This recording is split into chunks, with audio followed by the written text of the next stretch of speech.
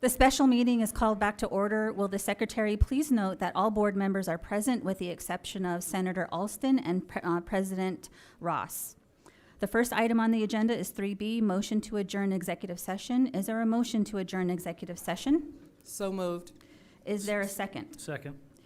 A motion to adjourn has been made by Board Member Oliver and seconded by Board Member Marquez. On the motion, those in favor, please indicate by saying aye. Those opposed, please indicate by saying nay. Motion carries. The next item is 3D, motion to adjourn the special meeting. Is there a motion to adjourn the special meeting? So moved. Is there a second? Second. A motion to adjourn has been made by Board Member Para and seconded by Board Member Marquez. On the motion, those in favor, please indicate by saying aye. Aye. Those opposed, please indicate by saying nay. Uh-oh. Yes. There is, did you skip over agenda item 3C, motion to instruct? There was no instruction? There was some instruction, I believe, regarding one of these items in executive session. Okay, thank you. Going back to item 3C, motion to instruct the designated representatives of the public body regarding matters discussed in executive session as necessary. Is there a motion to affirm instructions given to representatives of the public body in executive session? So moved. Is there a second? Second. Any discussion? Okay. A motion has been made by Para and seconded by Oliver. On the motion, those in favor, please indicate by saying aye. Aye. Those opposed, please indicate by saying nay. Motion carries. Do we need to go through the whole process of adjournment? Okay. Next item is 3D, motion to adjourn the special meeting. Is there a motion to adjourn the special meeting? So moved. Second. A motion to adjourn has been made by Board Member Oliver and seconded by Board Member Para. On the motion, those in favor, please indicate by saying aye. Aye. Those opposed, please indicate by saying nay. Motion carries. We are adjourned.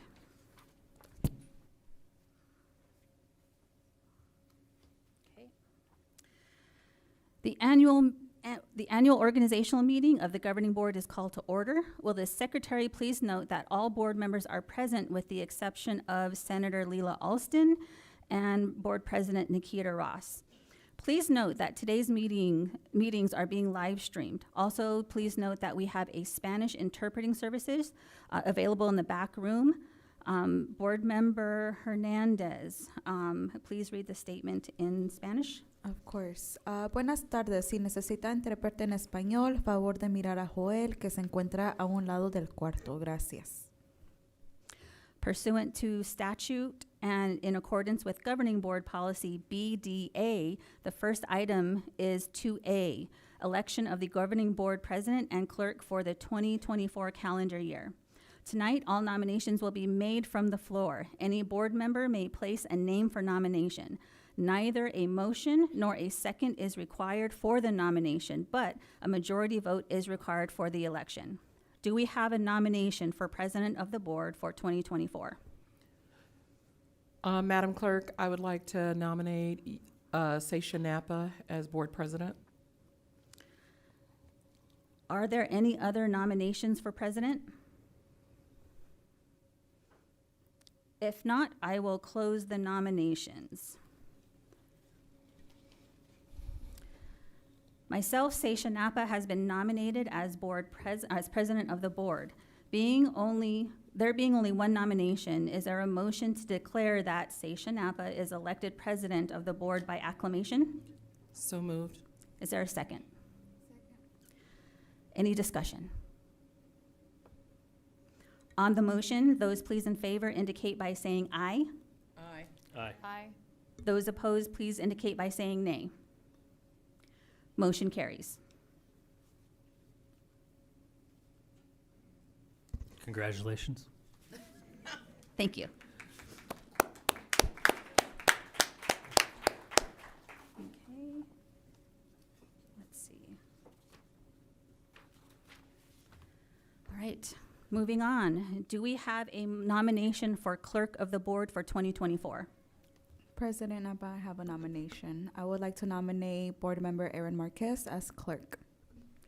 Are there any other nominations for clerk? If not, I will close the nominations. Board Member Marquez has been nominated as clerk of the board. There being only one nomination, is there a motion to declare Board Member Marquez the elected clerk of the board by acclamation? Board Member Hernandez, thank you. Is there a second? Thank you, Board Member Oliver. Any discussion? On the motion, those in favor, please indicate by saying aye. Those opposed, please indicate by saying nay. Motion carries. Congratulations, Clerk Marquez. All right. Are we moving now?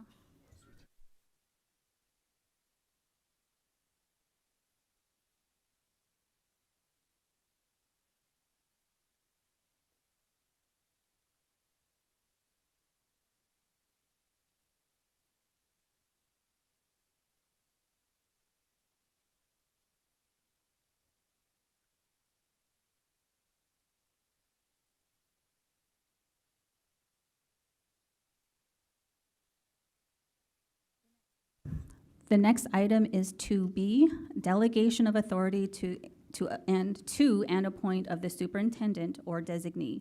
Is there a motion to delegate authority to the superintendent and/or her designee to execute certain documents on behalf of the board? So moved.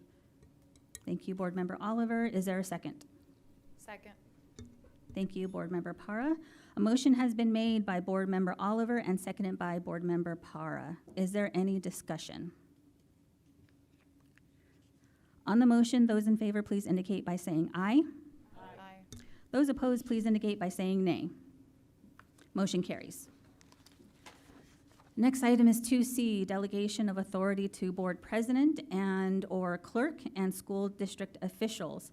Is there a motion to delegate authority to the president and/or clerk of the governing board to execute certain documents on behalf of the board and to delegate purchasing authority to the superintendent, the chief financial officer, and the director of purchasing? So moved. Thank you, Board Member Hernandez. Second? Second. Thank you, Board Member Oliver. Is there any discussion? On the motion, those in favor, please indicate by saying aye. Aye. Aye. Those opposed, please indicate by saying nay. Motion carries.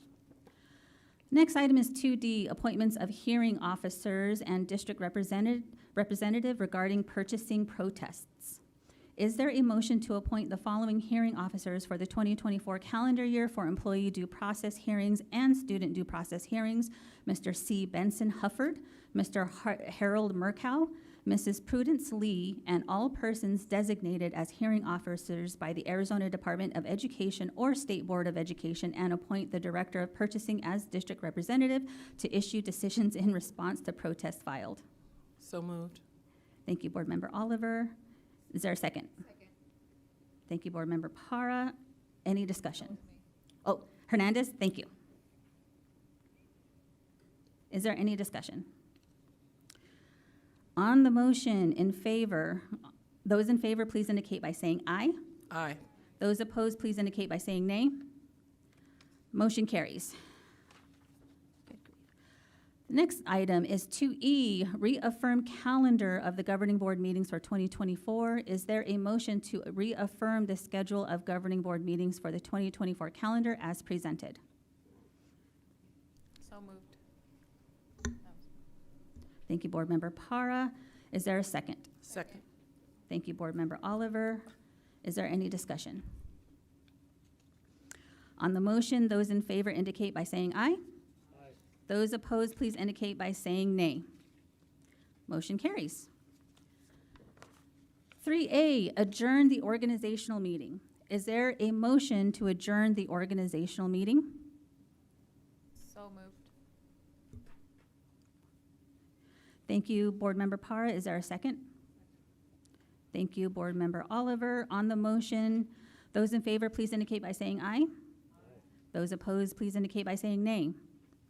Motion carries. This meeting is adjourned. We will call to order our regular meeting in just a moment.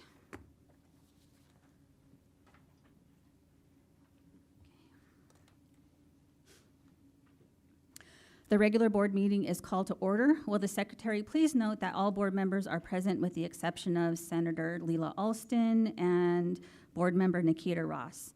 The first item on the agenda is 1C, Pledge of Allegiance and Moment of Silence. We will stand as board member Marquez leads us in the Pledge of Allegiance and remain standing while a moment of silence is observed.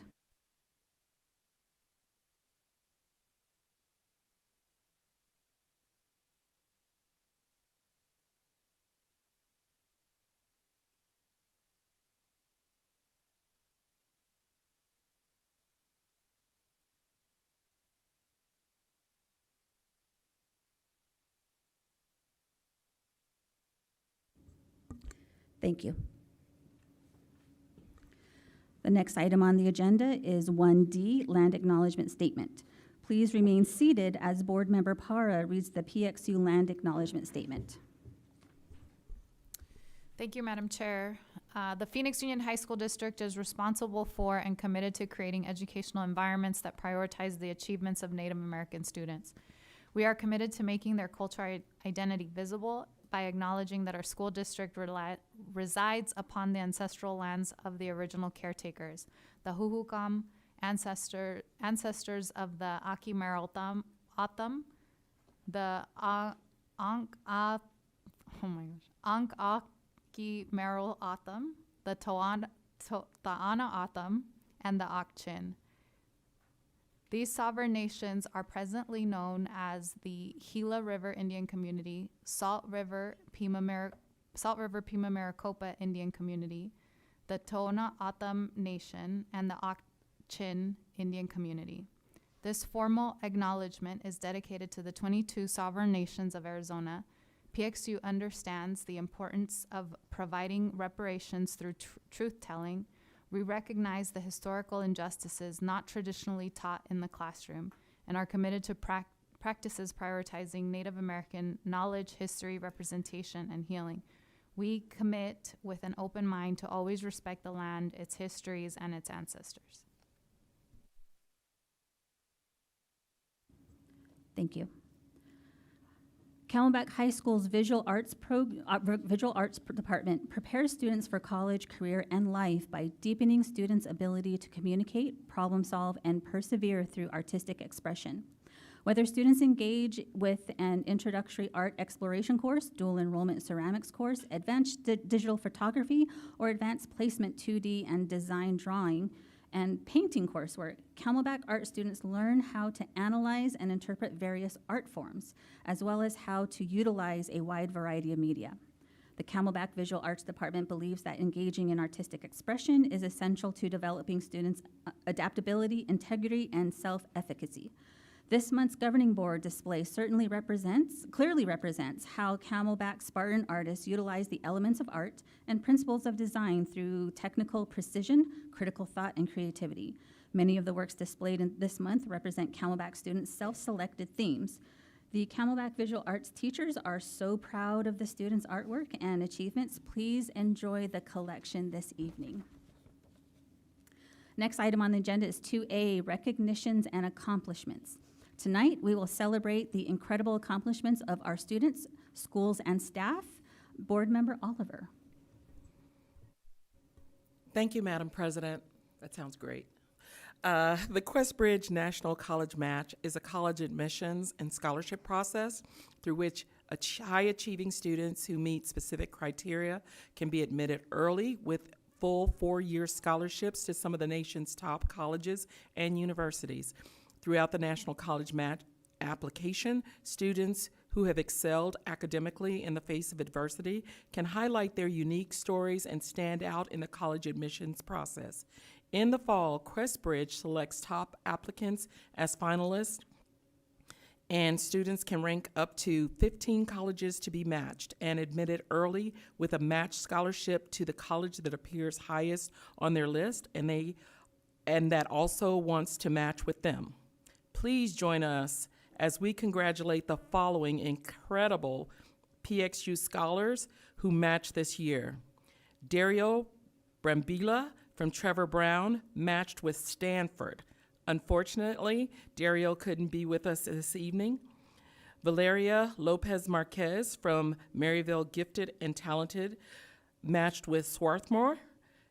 Unfortunately, Valeria could not be with us this evening. Ziona White from Betty Fairfax matched with Rice University. Unfortunately, oh, she's here? Oh. I tried to look at you. She's here. There she is. You're amazing. All right. Okay. I got it now? Okay. All right. Maddox Machine from Bioscience matched with Yale. Woo! Jordan Ramos from Cesar Chavez matched with John Hopkins.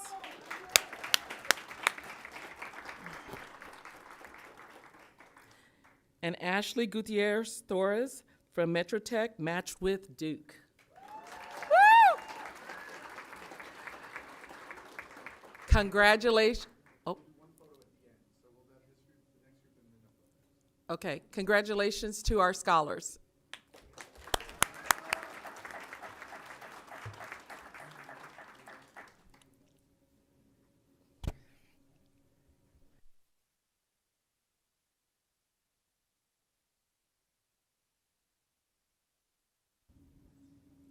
Board Member Oliver, are you complete? Okay. Board Member Marquez. Phoenix Union is excited to celebrate the graduates of the Metro Tech High School WeGrad program from 2023. The program, formerly known as the American Dream Academy, has partnered with Metro Tech since 2014. This year, 258 parents earned their diplomas from Metro Tech High School, with 195 having perfect attendance. As a result, Metro Tech was named the #1 WeGrad school in the state. WeGrad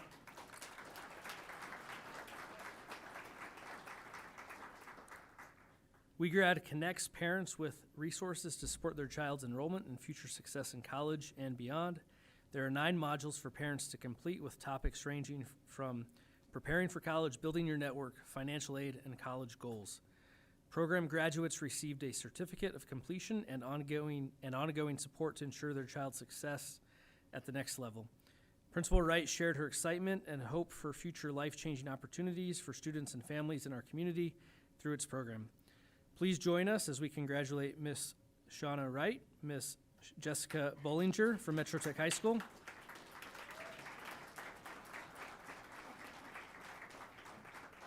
and also their parent guests, Miss Martha Barasa, Miss Annette Mervado, Mr. Jesus Barragan, and the entire WeGrad class of 2023 for their hard work and incredible accomplishment.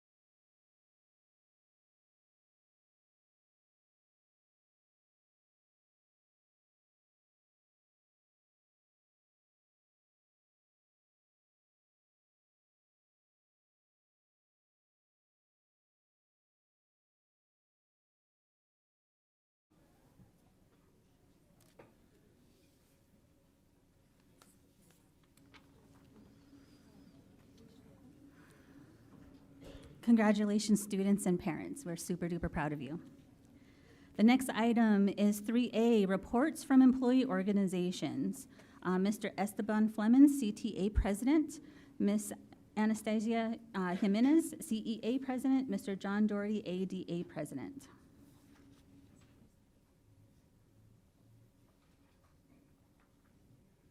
Good evening, President, Superintendent Andrade, governing board members, and all PXU employees and community members, here and virtually.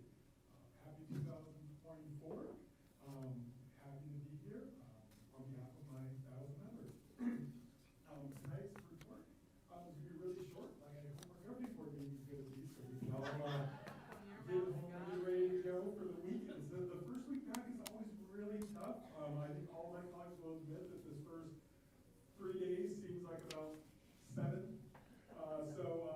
But I just want to say CT is looking forward to 2024 being an exciting year of collaboration. We appreciate the adjustments made to the bell schedule starting this year.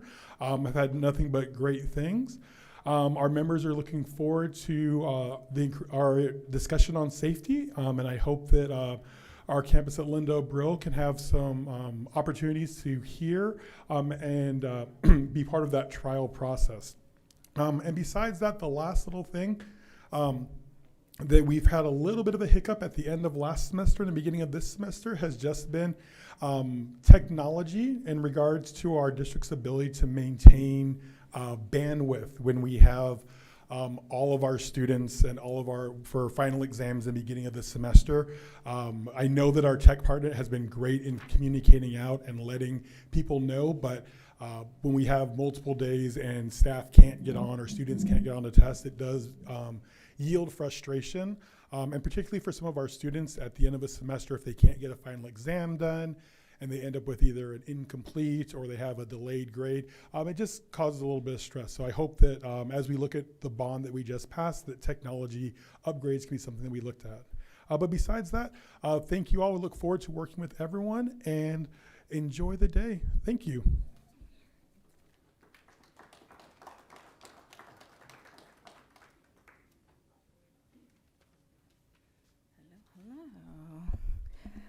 Good evening, everybody, and welcome back. Happy 2024 and second semester. As always, thank you for allowing the professional associations to take up space tonight.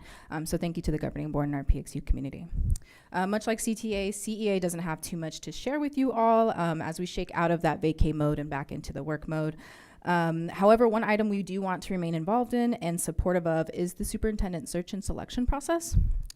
We appreciate the forums, the focus groups, and the community meetings that were held to support that process and hope to continue to be a critical and instrumental piece of this district's large undertaking. Some celebrations and acknowledgements I'd like to take some time. So we'd like to congratulate those entering a new position this semester, those ESPs who have earned their teaching certs. So if you'll notice on our change of assignments, we have every month, we have some folks that change classifications or switch jobs. So congratulations to them. And lastly, to those ESPs who have retired from our district this past year. So again, on behalf of CEA, congratulations and good luck to those folks in their next endeavors. Lastly, I'd like to take some time before ending my report, if I may, to acknowledge those that we've lost within this past year. The holiday season, although for many is a joyous and a restful time, for some of our colleagues, our families, and our students, the holidays can be tough and unfortunately filled with grief. So we encourage you all to check in on one another and make that connection with each other. So with that, I'd like to ask the audience and our governing board, if I may, please take a moment of silence for our PXU families across the district.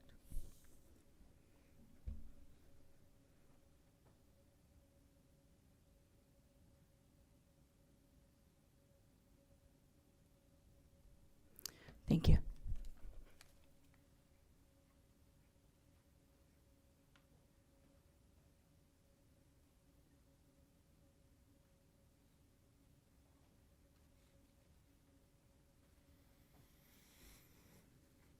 Good evening, President Napa, board members, Superintendent Andrade.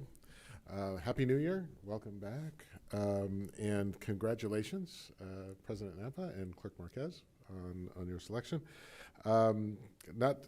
Same, ditto, as the other two associations. Not much here.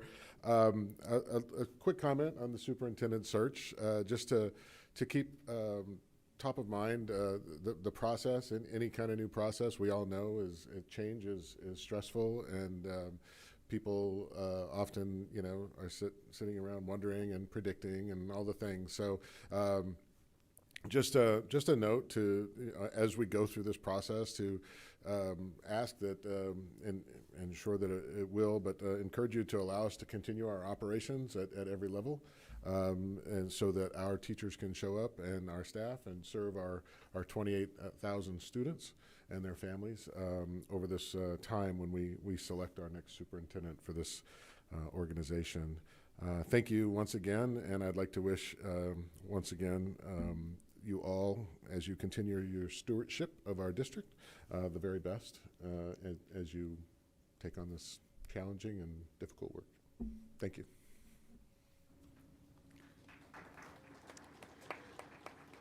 Next item on the agenda is 4A, call to the public. Presentations tonight are limited to a maximum of 2 minutes. According to ARS 38-431.01H, at the conclusion of the call to public, members of the public body may respond to criticisms made by those who address the public body, may ask the staff to review a matter, or may ask that a matter be put on future agenda. However, members may not discuss or take legal action on matters raised during an open call to the public unless the matters are properly noticed for discussion and legal action. I would like to caution members of the audience about commenting on a particular individual and to thank you for not referring to any person by name. Tonight, we have the option for members of the public to participate virtually, and we don't have anyone online, right? Okay. In order to avoid any concerns with interpretation, please be aware of the following. We have a Spanish interpreter available to join you at the podium while you address the governing board. Only PXU assigned interpreter will provide interpretation services. If you have a script on paper or on a device, we ask that you make it available for the interpreter. In order to provide accurate interpreting, we ask that you speak for approximately 2 to 3 sentences at a time and pause for interpreting. You will be given double the amount of time to address the governing board as a result. As usual, we ask that you end your comments when your official time allotment has ended. Board Member Hernandez? Thank you, President Napa. Para evitar dificultades en los servicios de intérprete, tenga en cuenta lo siguiente. Tenemos un intérprete en español disponible para acompañarlo mientras se dirige a la mesa directiva. Solo el intérprete asignado por el distrito proveerá servicios de interpretación. Si tiene su mensaje en papel o electrónicamente, le pedimos que lo ponga a su disposición del intérprete. Para brindar una interpretación precisa, le pedimos que hable aproximadamente de 2 a 3 oraciones a la vez y haga una pausa para el intérprete. Como resultado, se le dará el doble de tiempo para dirigirse a la mesa directiva, y como de costumbre le pedimos que finalice sus comentarios cuando termine su tiempo asignado. Gracias por su cooperación. Tonight, we do not have any requests to speak virtually. Okay, thank you, President Napa. For the folks coming up, please state your name, indicate the agenda item or topic you wish to speak about, and limit your presentation to 2 minutes. First up, we have Alma Nunez, followed by Lance Long. Alma Nunez.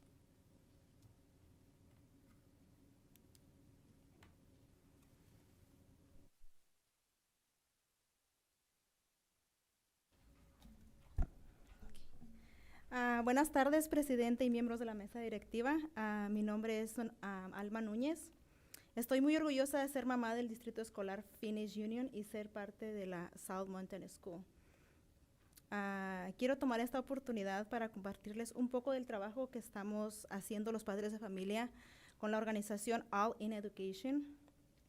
Nuestro objetivo es colaborar durante el proceso de elección de superintendente del distrito escolar de Phoenix Union. La semana pasada, All in Education organizó una reunión con más de 45 padres de familia, en donde concluimos que una de las características más importantes que debe de tener el próximo superintendente son alguien que dé prioridad y valore la auténtica participación familiar, alguien que le dé prioridad a la preparación de maestros, directores, personal administrativo y alinee el plan de estudios para poder preparar a los estudiantes para los trabajos de hoy y del futuro. Alguien que considere la seguridad de los estudiantes como una prioridad absoluta. Alguien que tome sus decisiones basadas en los datos para garantizar que el objetivo de nuestro distrito sea aumentar los resultados de los estudiantes. Estamos ansiosos por trabajar mano a mano en el proceso de selección de un superintendente permanente para asegurar que nuestros estudiantes obtengan la educación que les beneficie a ellos, a sus familias y a toda la comunidad. Muchas gracias. Thank you. Good afternoon, President and members of the board. My name is Alma Nunez, and I am very proud to be a Phoenix Union School District mom and be part of South Mountain School. I want to take this opportunity to share with you a little of the work that we as parents are doing with the All in Education organization. Our goal is to collaborate during the Phoenix Union School District Superintendent selection process. Last week, All in Education organized a meeting with more than 45 parents where we concluded that some of the most important characteristics that the next superintendent should have are someone who prioritizes and values authentic family involvement, someone who will prioritize the preparation of teachers, principals, administrative staff, and align the curriculum in order to prepare students for the jobs of today and the future, someone who considers student safety a top priority, someone who makes their decisions based on data to ensure that our district's goal is to increase student outcomes. We look forward to working hand in hand in the process of selecting a permanent superintendent to ensure that our students get the education that benefits them, their families, and our entire community. Thank you.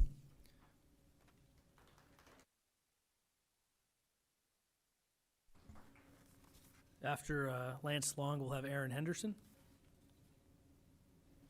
My name is Lance Long. I am a teacher in the district.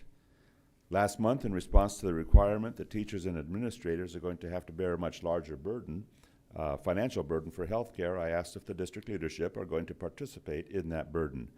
I publicly asked for clarification, so I want to thank you publicly, both for your response and for the knowledge that you are biting the same bullet we are, putting to rest the perception that our leadership consider themselves elite and do not share in the burdens that fall upon the people in the trenches. I was delighted enough with your response that I have decided not to bring to the board some negative perceptions that they are perhaps unwittingly putting forward to the public. I'll save those for next time. Thank you.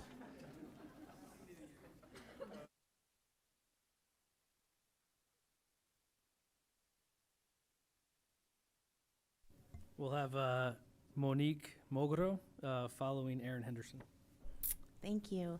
Good evening, members of the governing board, Madam Superintendent, district employees, and community members. My name is Erin Henderson, and I am here to address what Mr. Flemons mentioned, the internet bandwidth for our schools. I am an English teacher and the English instructional leader at Alhambra High School. I was also a top 10 teacher of the year in Arizona for 2023. And I'm here today because I had a rough day and I wanted to share it with you. I also appreciate you listening to us give all these comments. It must be like reading the Instagram comments and not being able to respond. So thank you for hearing us. As you hopefully know, our students take the NWEA assessment 3 times per year. This, in addition to the state tests, district finals, and district common assessments that our students complete, and all are administered online. These are a lot of tests. I do see value in them, and I work really hard to encourage my students to do their best on every test they take. I spend valuable class time doing activities and talking with the students, and even Alhambra put together a super cute video this year. You should watch it.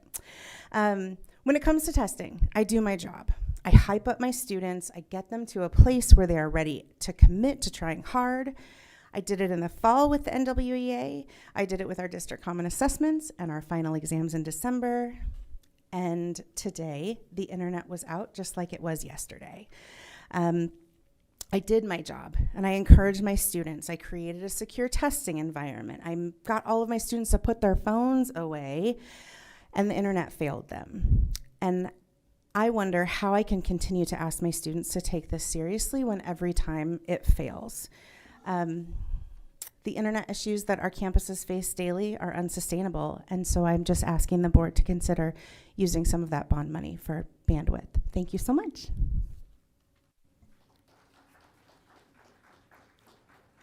Next up, following Monique Mogro, we'll have Maisha Brown.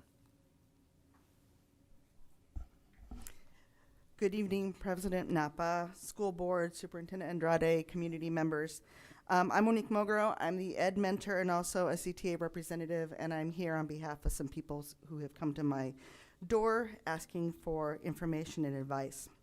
Today we're going to hear about the Student Bill of Rights, and although it's a result of a lot of positive work and it's very refreshing, there is some language that has become concerning to some of my colleagues. I'm here to discuss concerns about the language in the protection and privacy section of this proposed Student Bill of Rights. This language, which is intended to ensure the confidentiality of personal and sensitive information shared with staff, can have several concerning implications to both staff and parents. The language implies, through omission of any words that say parent or guardian, that there could be sensitive information that could potentially and deliberately be kept from parents. Some of my fellow educators have expressed fears over discipline and even legal responsibility, and we are regularly reminded of our FERPA and mandatory reporting requirements, but educators are now wondering if they can be disciplined or held liable for sharing or not sharing certain types of information when being solicited directly by the legal guardian. Are we not to address direct questions from parents if we feel it might fall into this area? I shudder at the idea that staff might receive emails with directives not to tell the parents any information that someone is considered to be sensitive.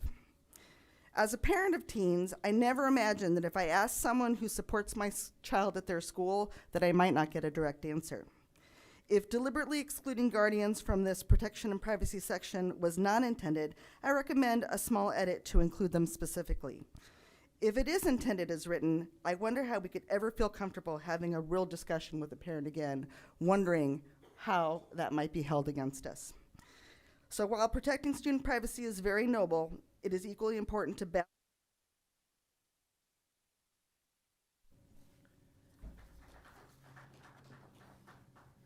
Maisha Brown.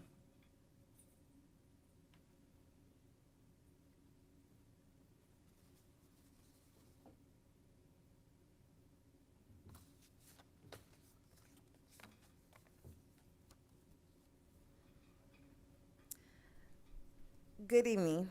My name is Maisha Brown, and I'm the Black Alliance, the Phoenix Union High School District Black Alliance Treasurer, and I stand before you with Gwen Lee, the President of the Phoenix Union High School District Black Alliance. I wanted to take this opportunity to thank the governing board members, superintendent, our staff, and our families who have supported our scholarship fund this year. Whether you donated directly, purchased a raffle ticket or a theater ticket, attended a meeting, volunteered your time, or shared our events with others, your efforts are greatly appreciated. The scholarship window is now open and closes March 22nd. We hope that you will share the awardees at the April or May board meeting with the rest of the world. Again, we want to thank you for your support. Currently, we have $12,000 in our scholarship fund.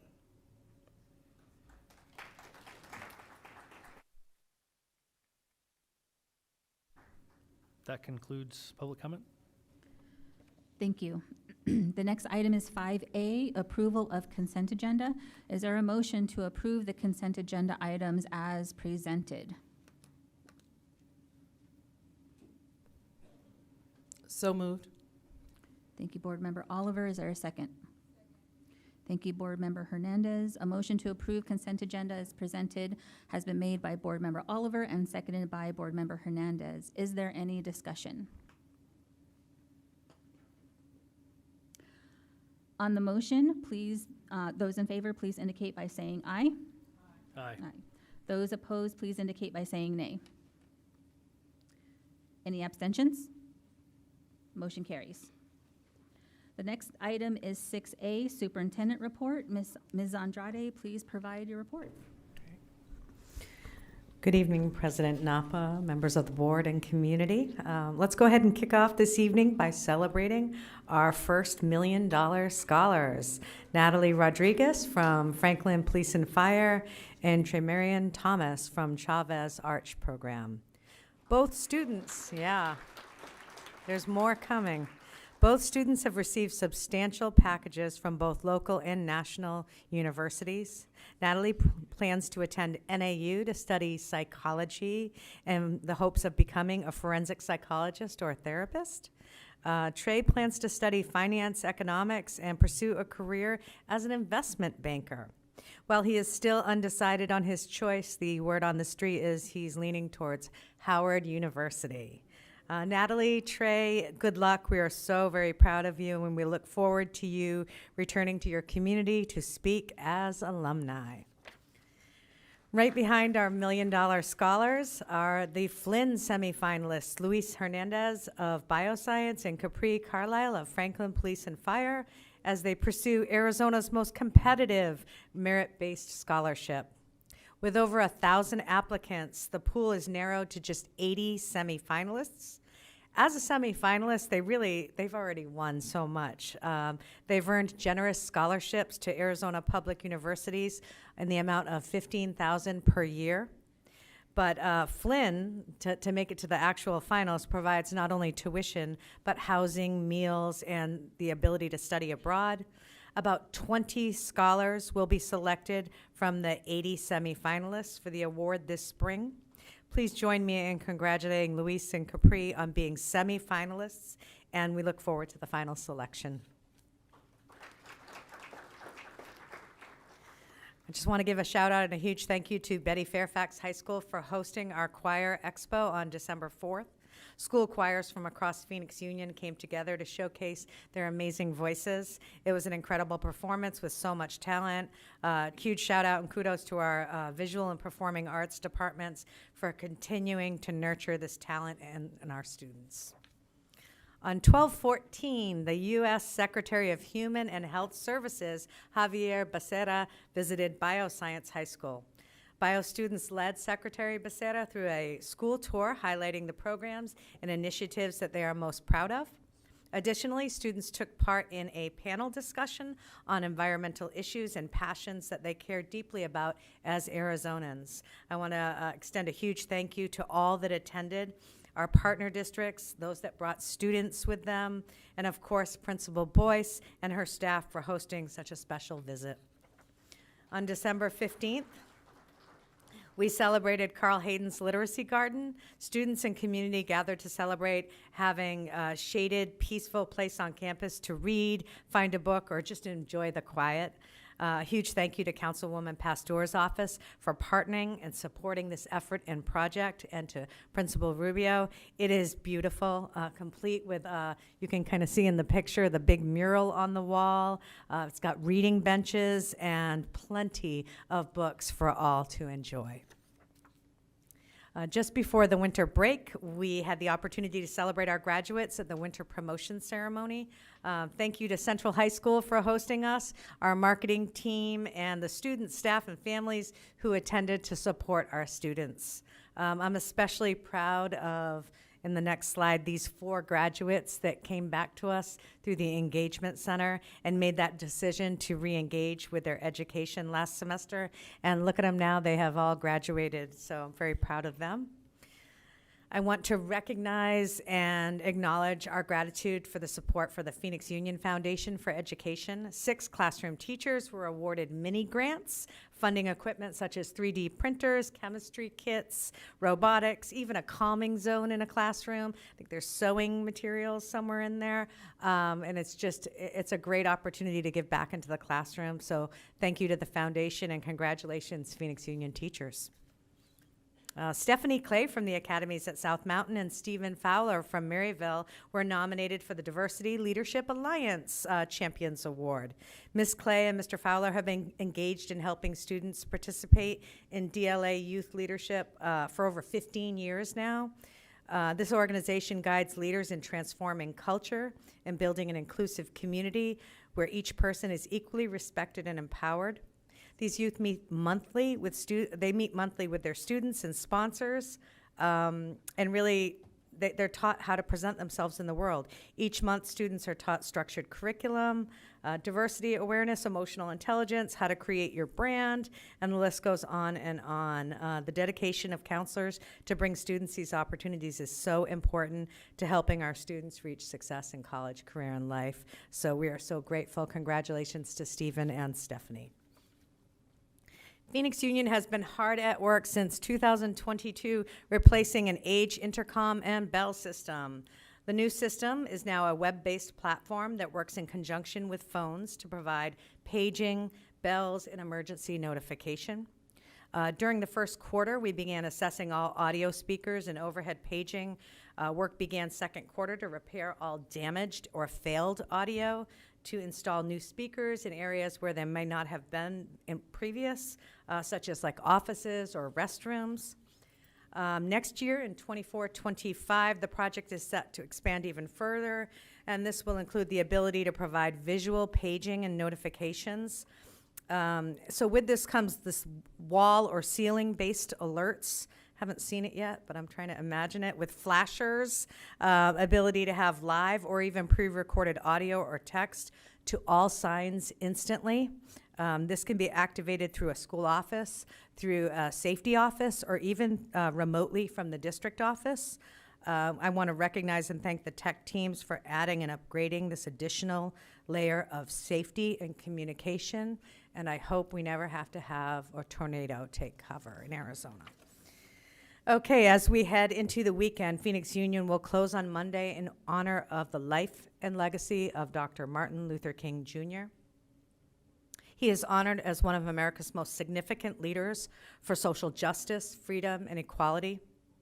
In Phoenix Union, he reminds us of and calls us to service, to social justice, and for community activism.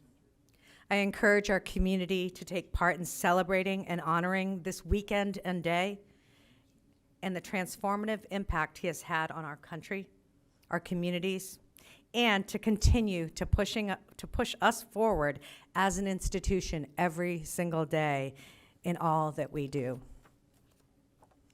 And lastly, January is National School Board Recognition Month. And serving on a school board is an elected volunteer service to your community. They do this for free.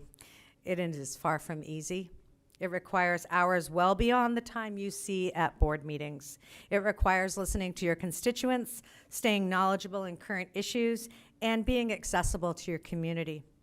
It's also a commitment to your own learning, setting sound policies, and governing in ways that move the district forward and improve student outcomes. So I want to thank you all for your service and your commitment to the students, the families, and the staff of Phoenix Union. This concludes my superintendent report. President Napa. Thank you. The next item is 7A, review of PXU's Native American Education Program.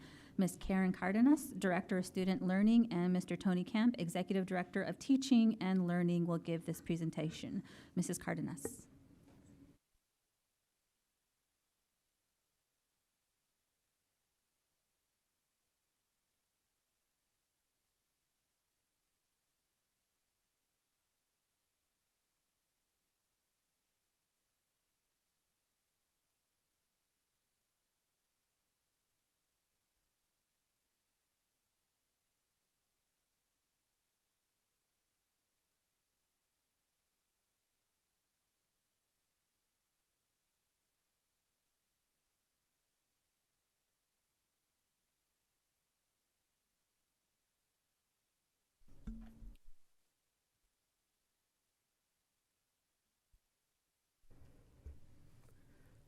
Good evening, Board President Napa, Governing Board Superintendent Andrade, and the PXU community. Tonight we look forward to sharing more about our Native American education program here in the Phoenix Union District, also known as NAEP. Many have contributed to this presentation, and I would like to do a special recognition to our Native American specialist, Ms. Kelsey Franklin, for guiding us and supporting us as we created and developed this presentation. context, we will frame our conversation today, this evening, from the three perspectives that you see on the slide. We will reference some historical data, provide current context of our Native American population.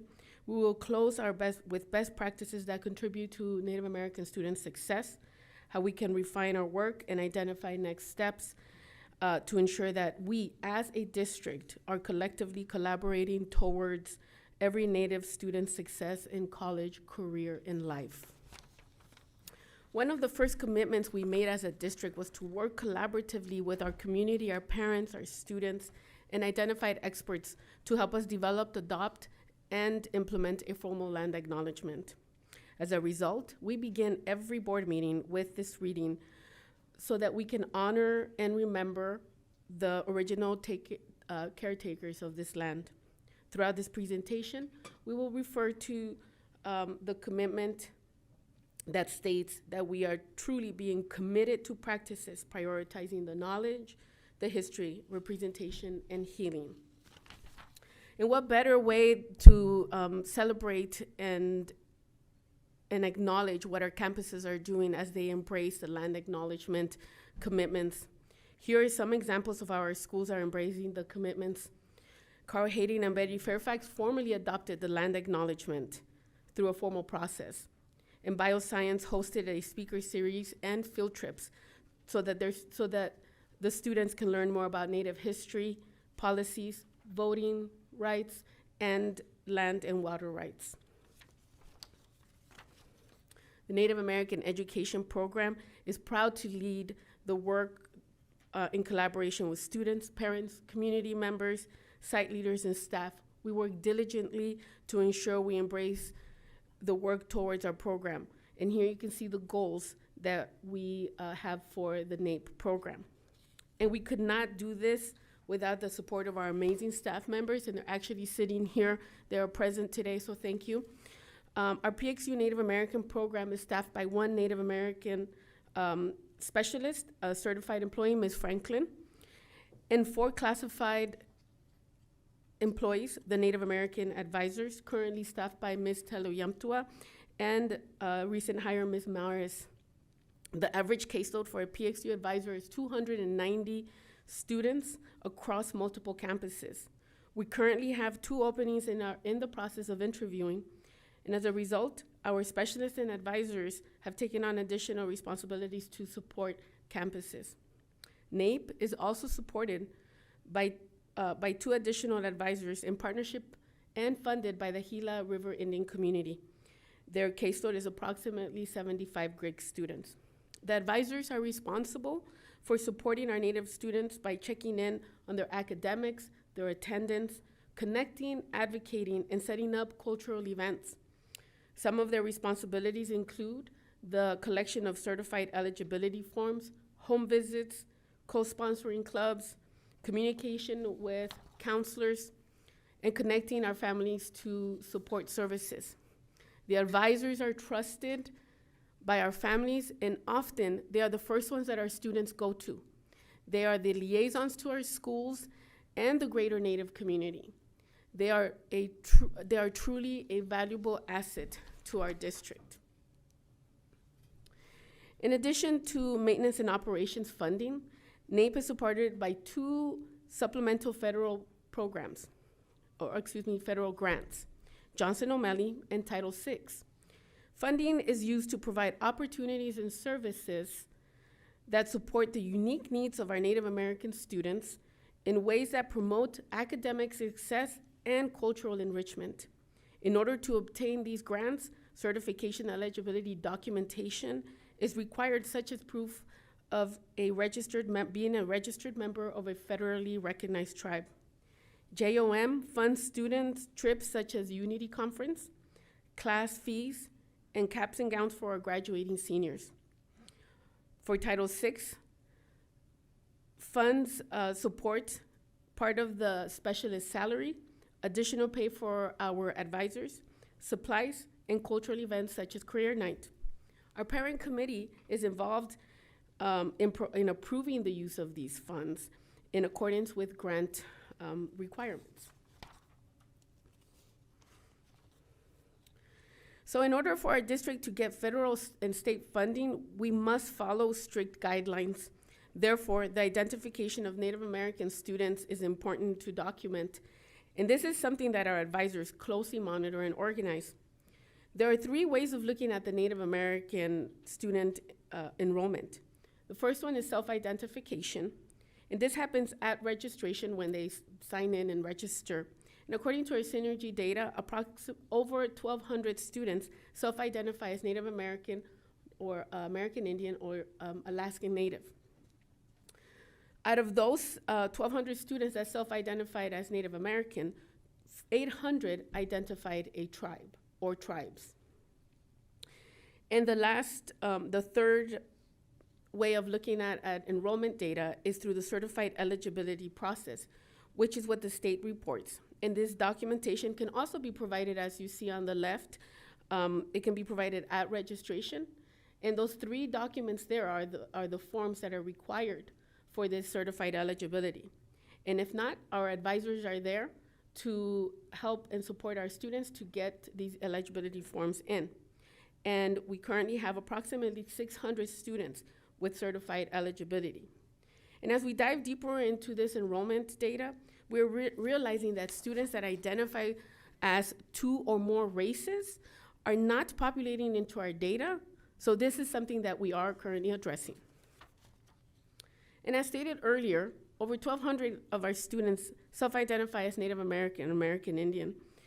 Through here you see how we have over 40 tribes represented across our district. The majority of our Native American students are Navajo at 45% of the Native student population, and Gila River at 24% district-wide. Here you see a graph that shows us trend data for certified state enrollment, which is that certified eligibility. And this is what's reported to the state and also what the grants use for funding. Here is a 6-year trend, and while we see a dip in enrollment post-pandemic, we are consistently staying at around 2.3 for the last 3 years. So now that we looked at state certified eligibility enrollment, let's look at how our students identify across the district. So in this slide, these are the top 4 schools with the highest Native American student enrollment. When you see that percentage is the Native student population specifically for that campus. So Betty Fairfax has the highest Native American population at almost 11%. Thank you. In this slide, it's more of a middle group, and again, that percentage indicates the representation of Native student enrollment, self-identification at those campuses. In this final slide, you will see that specialty and alternative schools have less than 20 students enrolled per campus. As you will hear later, this is an area that we can enhance to ensure that we enhance opportunities for our Native American students. With that, now I will turn the presentation over to Mr. Camp, who will go more into detail on our Native American students. Thank you. Thank you, Ms. Cardenas. Good evening, President Napa, Clerk Marquez, governing board members, and the Phoenix Union community. I will be taking us through more details this evening of where we have been and even some of our current school year facts related to our Native American student population here in the district. We will be reviewing more data and information regarding these topics you see here on the screen related to our American Indian, Alaska Native, or Native American students, and then close out with next steps, including areas to increase efforts. So this first slide has quite a bit of information on it, and I'll briefly discuss or describe what it is we're looking at. So as it's titled, we're looking at 4-year graduation rates, and we're looking from the 2018-2019 school year all the way to the 22-23 school year. We're comparing 4 sets of data. The first one that you see on top, total state of Arizona graduation rates for 4 years, followed by Phoenix Union students, all Phoenix Union students. And then that next line identified as Native American students across the state of Arizona, so all Native American identified students. and then Phoenix Union Native American students. Now, Phoenix Union has been quite proud of the fact that prior to the recent pandemic, we were maintaining a higher graduation rate than the overall state average, as you see in this slide. We all know that the COVID-19 pandemic hit our community especially hard, regardless of the amazing efforts that we did as a district. And as you can see again here, it had even more of a drastic effect on the graduation rate of our Native American students.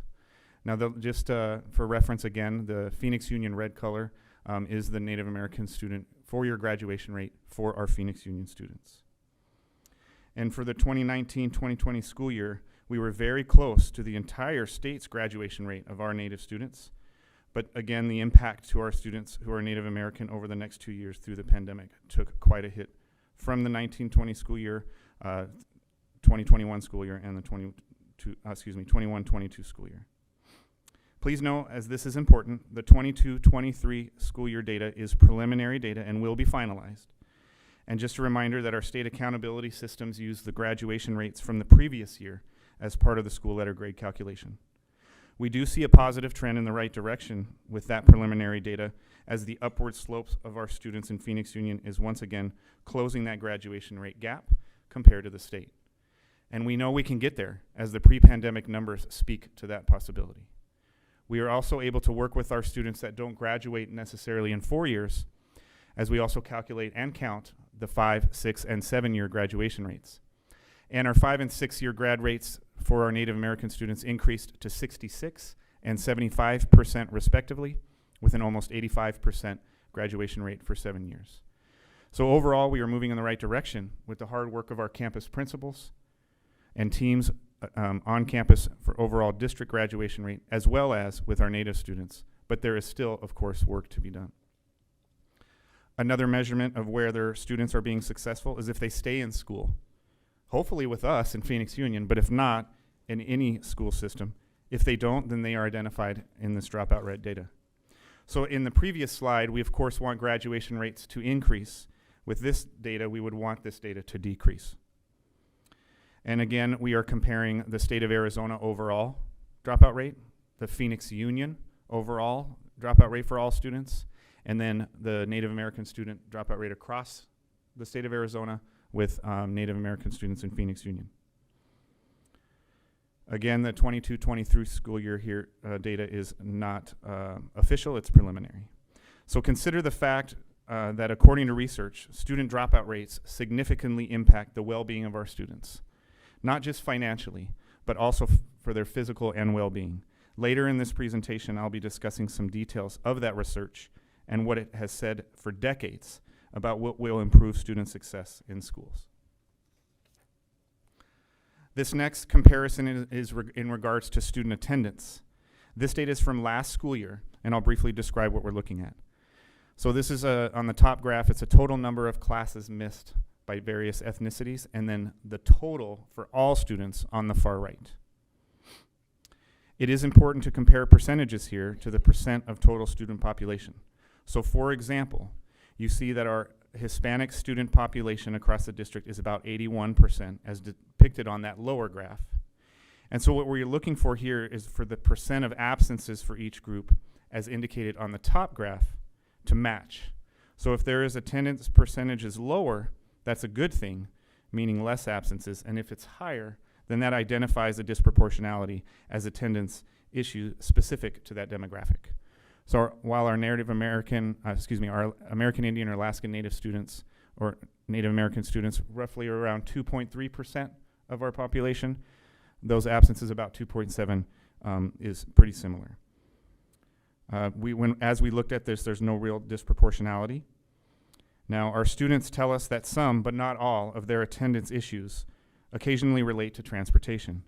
For our students that live on the reservation, transportation overall can be an issue.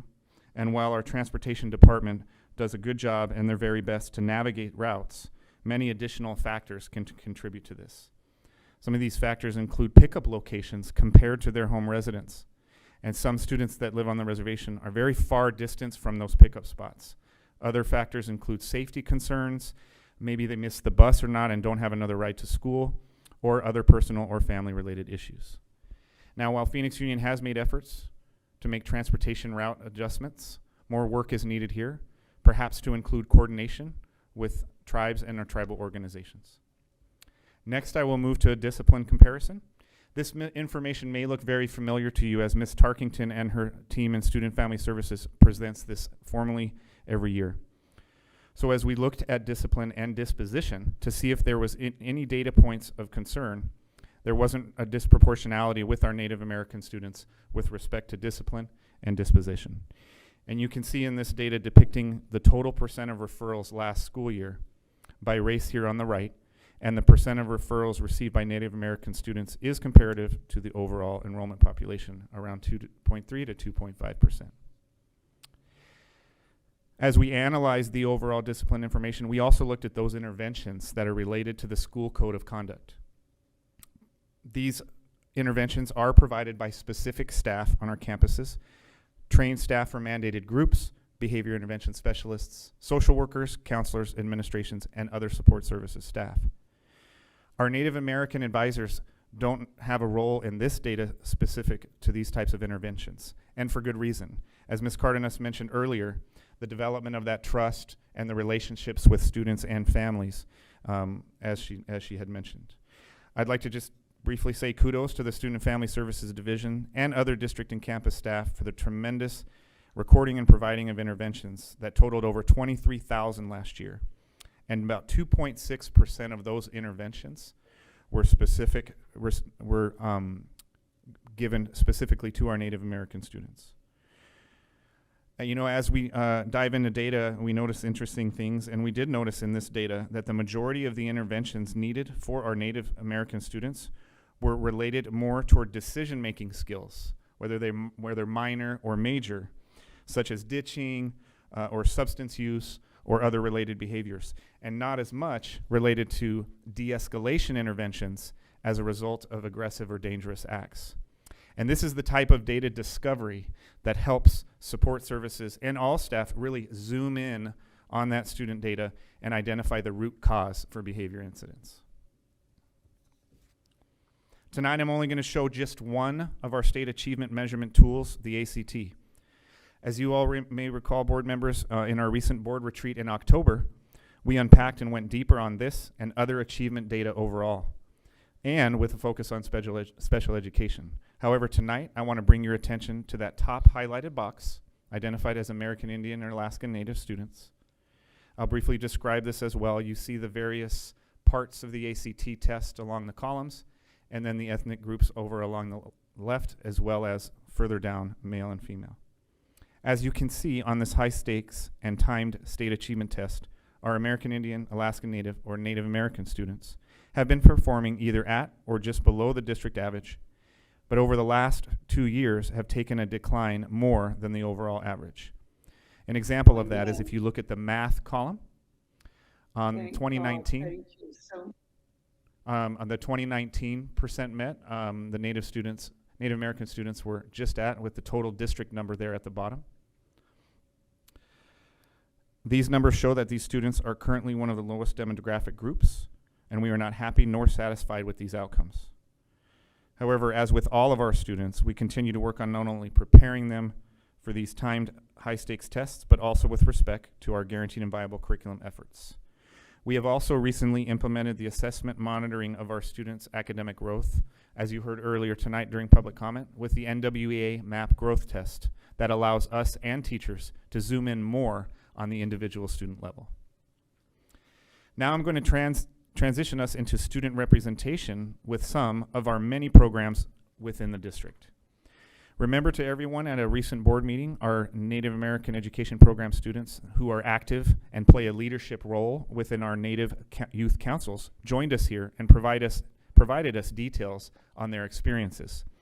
And what a celebration that was for not just me, but I'm sure everybody, to see the results of those opportunities and a reminder of how school connectedness provides students the opportunity to see their identity, to share lived experiences, and to develop peer relationships.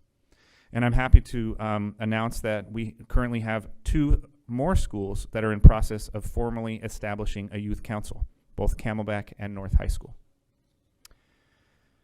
A very important initiative in our strategic plan is to provide more culturally responsive curriculum. And in those efforts, we are also providing culturally relevant coursework.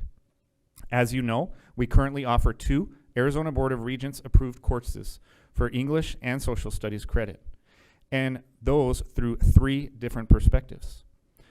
Tonight I'm showing you data just on our courses through the Native American perspective, and you see the enrollment as well as the first year offered for those courses.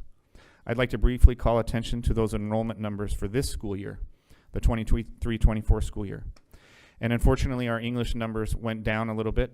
Sometimes these issues that affect enrollment include staffing, the ability to keep courses on our master schedule due to class numbers. And I will discuss soon what additional efforts we can do to further embrace this commitment and offer more opportunities for all of our students. Another interesting discovery when we looked deeper into these enrolled students are, for the 123 students this school year that are in the English 7-8 Native American perspective, only about 20 of them identify as Native American. And of those 76 students in the history class, the same number, about 20 of our Native American students. So this shows to us that many of our students that do not identify as Native American are interested in learning other cultural perspectives. And this further solidifies our efforts for our commitment in knowledge and truth-telling. We also have additional courses specific to owning this commitment, such as our Dene and Navajo government class. We do look forward to continuing these efforts on first strengthening and enhancing our culturally relevant courses, and in the coming year or years to even offer other relevant courses through different perspectives that our students have interest in. I wish Senator Alston was here tonight. She is a passionate person about CTE, but a quick comparison of our Native American student representation within our career and technical courses are here on the screen. As you see, we're pretty comparable with respect to our Native American students, not only being represented in, but experiencing these courses. In fact, it's even slightly higher than that of students from other ethnic groups. Here is where our advisors and other campus staff and administration can collaborate and lean in to help increase awareness and access of CTE opportunities, including our to include our Native youth. Prior research has also shown that our students who experience these hands-on workplace readiness courses experience more academic and post-secondary success. And there are additional benefits as well, such as attainment of industry certifications, internships, and early college pathways. Another program that our team analyzed was dual enrollment. As this board is well aware, we have made some impressive growth, as you see on this slide, with regards to early college credits. Early college credit offerings. And here you see the overall number of students that we have shared before. We reviewed this data as well to see, as we were interested in what our Native American student representation within dual enrollment. You may recall from the last board retreat when we analyzed this data, there were some internal Phoenix Union data collection issues that needed to be addressed, and I'm very happy to say that that has been fixed, and we have updated this information in our internal system to better analyze the participation and representation. This graph depicts the percent of each demographic group of students that are experiencing at least one dual enrollment class. And so, for example, our Native American students identified there at the top. Of the total enrollment in the district that Ms. Cardenas mentioned earlier, 7% of our Native American students across the district are in at least one dual enrollment class. You can see proportionately that, again, they are participating in these courses. And we've also been more recently increasing our efforts in partnership with Maricopa Community College District to bring awareness to a very robust and family-inclusive concurrent early college program for our students called the Hoop of Learning Program for those students that qualify under the Native American identification from the state. This next slide shows the percent rate at which our students enroll with a post-secondary institution over previous years. Now, we received this data from the National Student Clearinghouse, but it is a year delayed, so the latest data we have is from the 21-22 school year. And the Phoenix Union red, the line represents our Native American students and post-secondary enrollment percentages. And as you can see, that is lower than the average and other ethnicities. And again, the pandemic took quite a hit on everyone. However, you do see the 2020-21 school year compared to 21-22, our Native American post-secondary enrollment did increase by 2%. However, when we further analyze that 21%, compared to the previous year, 10% more of our Native American students now enroll in a four-year university compared to the previous year when we compare four-year university and two-year colleges. And I promise everyone who maybe have heavy eyes here, this is the last data slide of the evening. We do end our data dive with staff representation comparison. Here you see a 3-year comparison which includes this school year of the number of our staff that identify as Native American.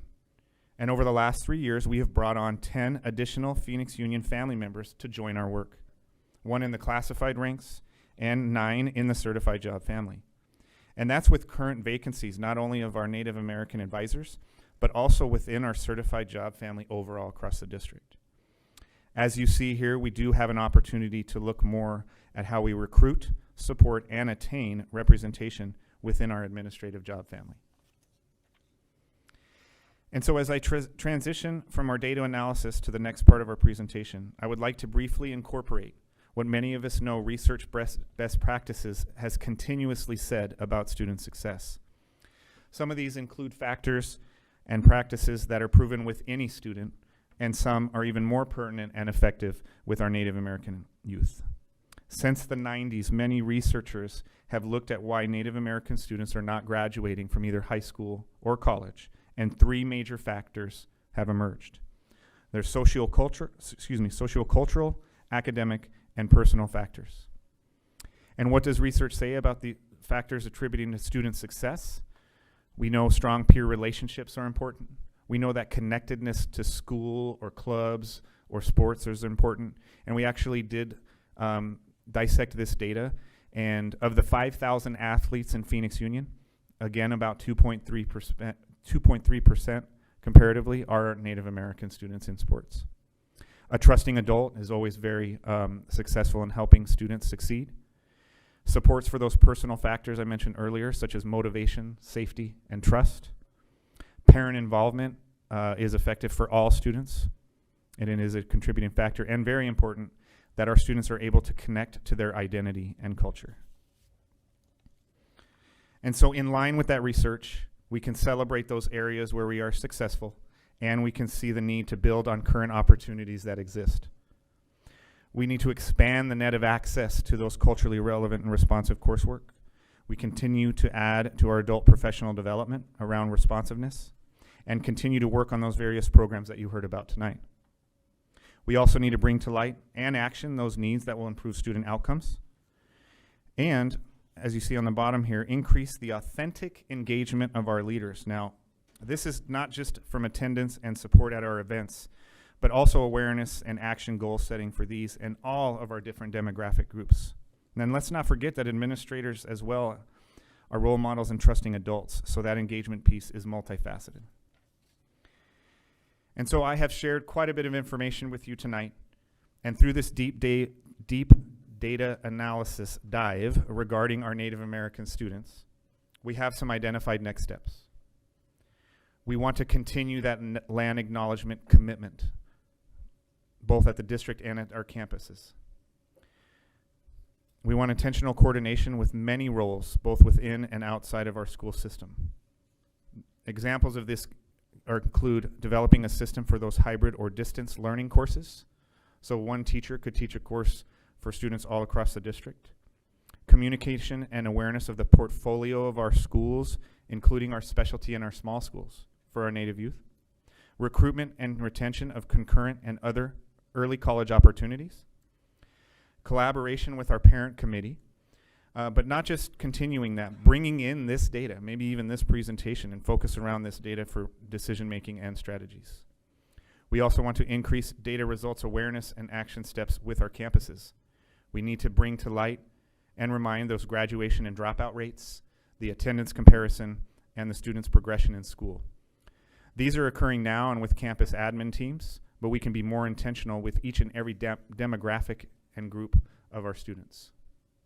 With more collaboration within divisions, Our district data teams from different departments can get together and work collaboratively for more data accuracy and systems sharing to decision makers. We know that high school success starts at the freshman year. So we can be more intentional, more intentionality is needed with respect to our freshman houses and that demographic data awareness for teachers and support staff. Knowing some of the key findings from the research I mentioned, develop a more direct connection to our initiative around our Phoenix Union's Engagement Center and collaboration with our Native American advisors, counselors, and Engagement Center staff. And we really need to conduct a job description study for our Phoenix Union Native American staff roles, along with a market analysis of salary of some of those positions. And the last is an intentional recruitment of our Native American staff.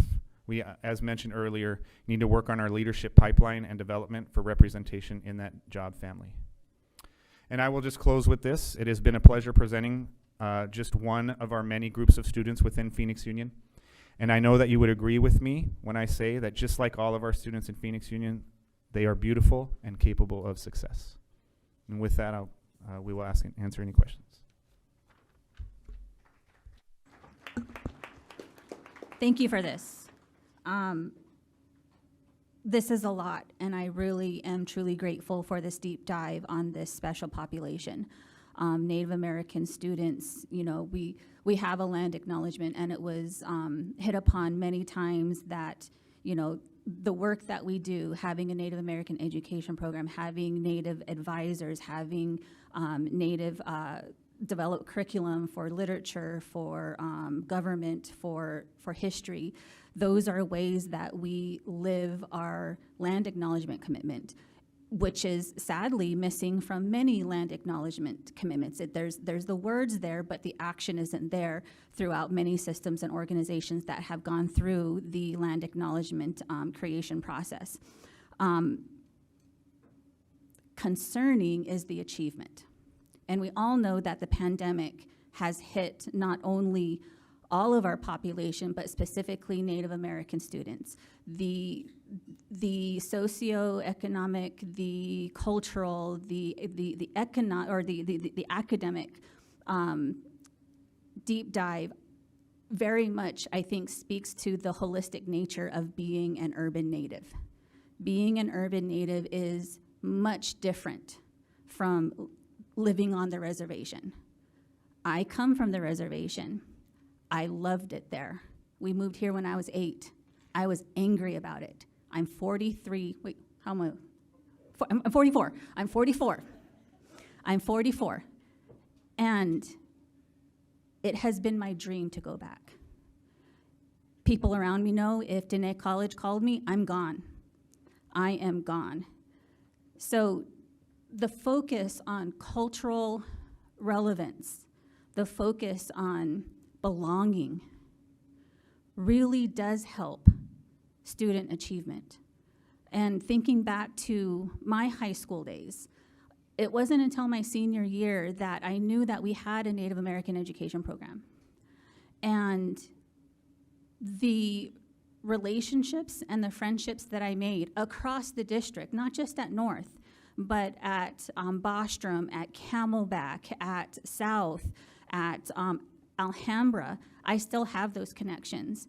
And one of my dear friends came to support me when I announced that I wanted to run for school board. And he shared he was a super senior. Started at Central, ended up at Bostrom, but he credited the Native American education program and the connections, the student connections that he made for getting him through that extra year and his diploma. He said, without that, I would have been lost. He connects with the Native students that he knew when he was at Bostrom, when he was at Central, living completely different lives. Completely different lives. So the anecdotal impact, right, of the Native American education program, it's there. I really appreciate showing the grasp because not only do we need to know our current status of our Native American students, knowing this data gives us goals to move from X percentage to Y percentage by a certain date. So what I would love to see from the Native American education program and our achievement department is clearly delineating those goals. taking those percentages, moving from X to Y, and having a achievable goal. When are we going to do this? I don't think we're going to be able to do it this year. Are we going to? I don't think it's going to be 3 years. This is going to be a 5 to 10 year process to increase achievement among Native American students. And realistically, pandemic-wise, you know, we were talking at the Maricopa level. How are we going to recover our numbers through ACE and Hoop of Learning? How are we? What's that expectation going to be like? And we're talking about that in 2020. We thought we'd be out of it by now. 2 to 3 years, we'll be back. It is now looking 5 to 7 years, maybe even longer, to get at the achievement levels that we were before. So I truly feel that we probably won't see significant change for 7 to 10 years. With all that said, I am, we need to focus on Native American faculty, Native American staff. We need people in the classrooms that have lived experience and can teach these Native American English, literature, history courses. This is sensitive. And if we do not get the right people in there, regardless of, you know, we have Hispanic and Black American courses similar, we could do much greater harm unintentionally. So, you know, the percentages, not just in PXU, are, you know, these are comparable to organizations and large systems where Native Americans just aren't in the room. Native American leaders just aren't in the room, Native American faculty. So relating back to the numbers that we saw, the data, we can do this. We can definitely do this. And then also to put in perspective, the fact that PXU even has a Native American education program is amazing, because comparatively, our surrounding sister districts, you know, Madison Elementary School District has a Native American program. I think now I have to think all the way out to Chandler and Mesa. Those are the only urban Native American education programs. And when I was at the holiday Native American parent meeting celebration, it was wonderful. It was nice to see. We had to look for chairs because we had so many people packed in there. It was a fun time and it was a great time, and I was very gracious and touched to be afforded time to address the attendees. And I wanted to make sure that our parents and students know what a gift this program is. If you, Ms. Andrade, yeah. Yeah, I'm excited tonight to share the culmination of 10,000 voices, 8,000 of which are student voices, in the creation of our first Student Bill of Rights. In Phoenix Union, we really strive to cultivate this mutual respect between our students, our staff, our families, as well as self-efficacy in our learners and graduates, part of our graduate profile. This document really does serve as a guide for all students as they strive to become graduates of our system and productive and contributing citizens in our society. I want to acknowledge and thank all the staff that participated, led these focus groups, helped get us here tonight, really. And with that, I can't think of a better time to introduce this than on the eve of Martin Luther King weekend. I think the timing of it's beautiful. Let's go ahead and hear more about this process and what's next from our Chief Achievement Officer, Laura Tejas. Well, thank you, Superintendent Andrade. Good evening, President Napa, governing board members, and the Phoenix Union community. Tonight, we celebrate another PXU Making History moment. We are pleased to present the first ever Student Bill of Rights for your adoption. As a quick reminder as we get started for our community about what a Student Bill of Rights is. In short, a Student Bill of Rights is a document that outlines beliefs or regulations about student rights that are typically adopted by a school district or an educational institution. It contains a series of statements declaring the minimum standard by which students, staff, and institutions will relate to one another. To meet with district leaders, and every division at CEE had at least one person who served in. These leaders met with students in person or virtually, depending on the students' identified preferences. And during the session, students provided written and verbal responses to key questions and also wordsmithed the language to see in the final product that you were reviewing this evening. Every campus had student participation, and of the identified student leaders, about 44% of them participated actively in some way. The final drafts were shared with students prior to winter break, and of the group who responded, 100% approved the Student Bill of Rights. And that's not our mandatory reporting. It doesn't replace parent rights, and we'll work very closely with our legal department and other departments to make sure in our educational materials for students and staff that that is clarified. So what's next? Well, if approved tonight, we will begin to work on that marketing and communication campaign, hopefully as soon as tomorrow. As the materials are developed, we'll launch by the end of January or first part of February. We intend to educate throughout the spring semester using a combination of strategies, including but not limited to activities during advisory, social studies lessons, and multiple forms of media campaigns. This is in compliance with all federal, state, and local, but is there going to be some training for our staff to make sure that they know where the lines are that they can cross or not? We really need to make sure that they have all clarity in what they can and cannot do and have that reiterated to them. Is that part of the plan? Clerk Marquez and Board Member Oliver, absolutely. Okay. So we'll even present training through the lens of scenarios so that the Laying that out all in a overview, kind of like we have this. Communicate. And I think what I'd like to do next, hopefully, is find time for the board to meet with GCI and get an understanding of the methodology that they plan to use in order to take the data we've already collected since the pilot began and give us some sort of interim analysis of how they think the pilot has gone at the two schools, and to hear from the researchers if they think adding additional schools, including Linda Brill, or extending the pilot would make sense in terms of creating some sort of a randomized control trial. For example, if we expanded to Linda Brill, that's a similar size school to Boston, and we don't have very many other similar size schools that could be used as a control and a comparison school. So I think I would feel a lot more comfortable with the board, perhaps at our next board retreat, I think, which is next week, if GCI is available, having some time to hear what methodology they proposed based on the data the district has already collected, and if they propose any additional collection of information to make sure we have a statistically significant pilot study.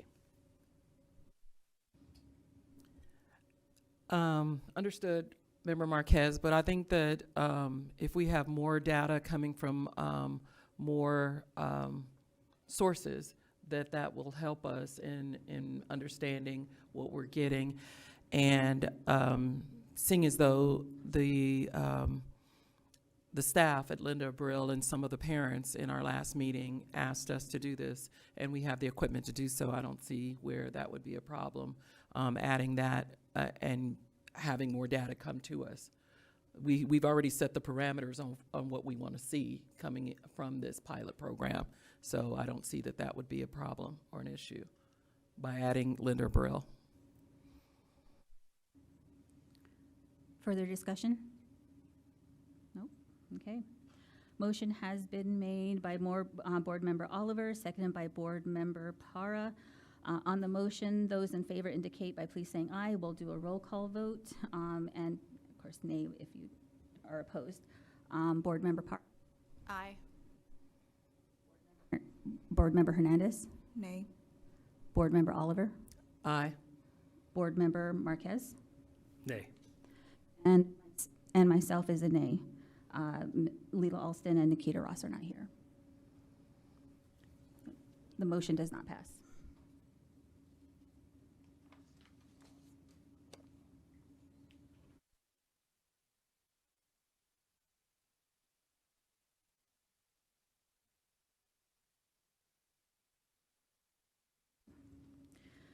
Next item is 12B, update and discussion of Phoenix delegation visit to City Year Tulsa. Ms. Andrade. Okay, on November 6th and 7th, Member Oliver, President Napa, and Ms. Ross went, and myself, as well as leaders from Central High School and the Osborne School District, visited Tulsa Public Schools and the City Year program.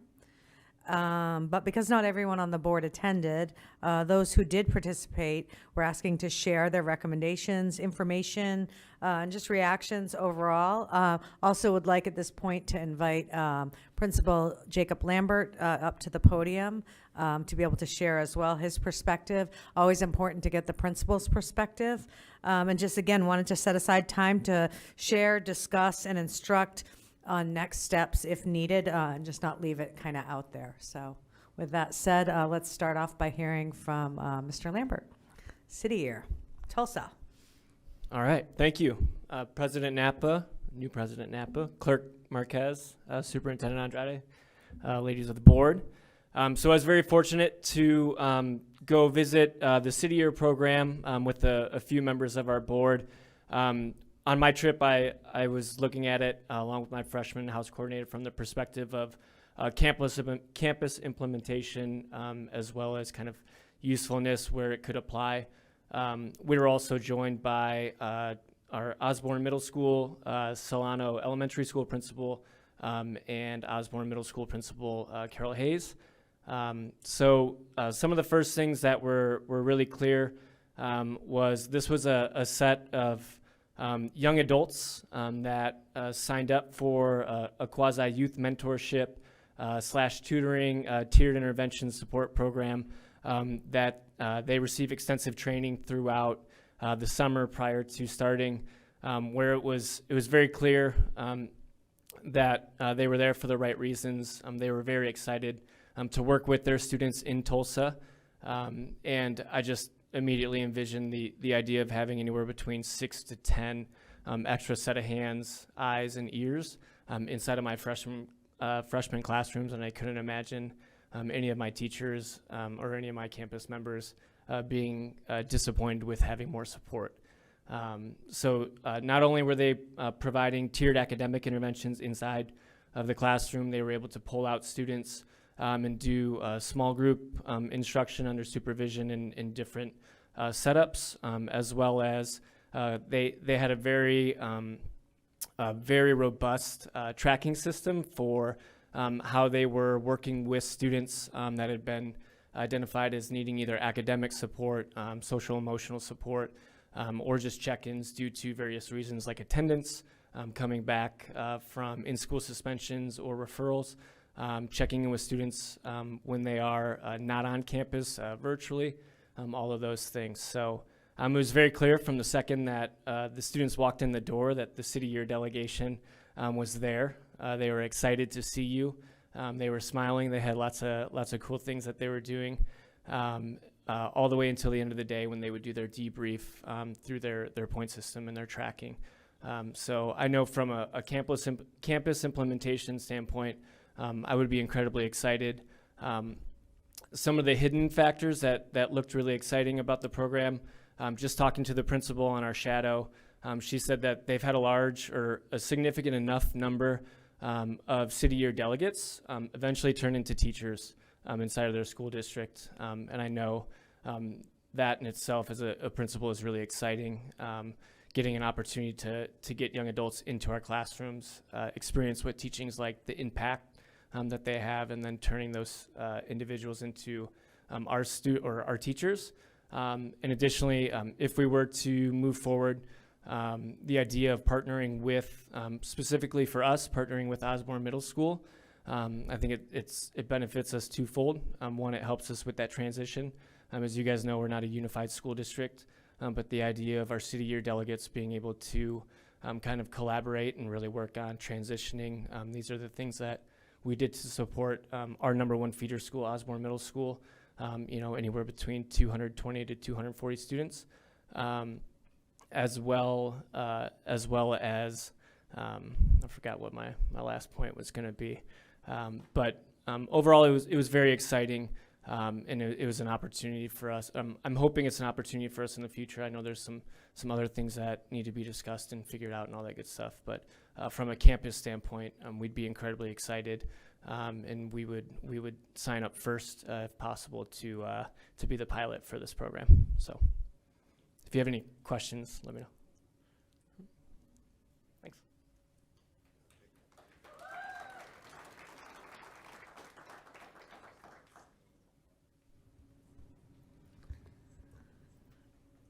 So with that said, does the board want to share any of their reactions from the visit or next steps as far as in the process? Would you like to have City Year come present to the rest of the board? There's many options we can take at this point. Yeah, I would just like to add, the experience was very comprehensive. We got to see elementary, middle, and high school interactions with City Year, and it was very, very impressive. One of the things that we did have many questions on is, how do we pay for it? Which is always a consideration, and they have a comprehensive plan for funding, helping us find funding sources and that sort of thing. And I will add just this little dig. One of the schools that we saw them greeting the students as they were coming in, they came in through weapons detection systems, and it was very smooth and equitable.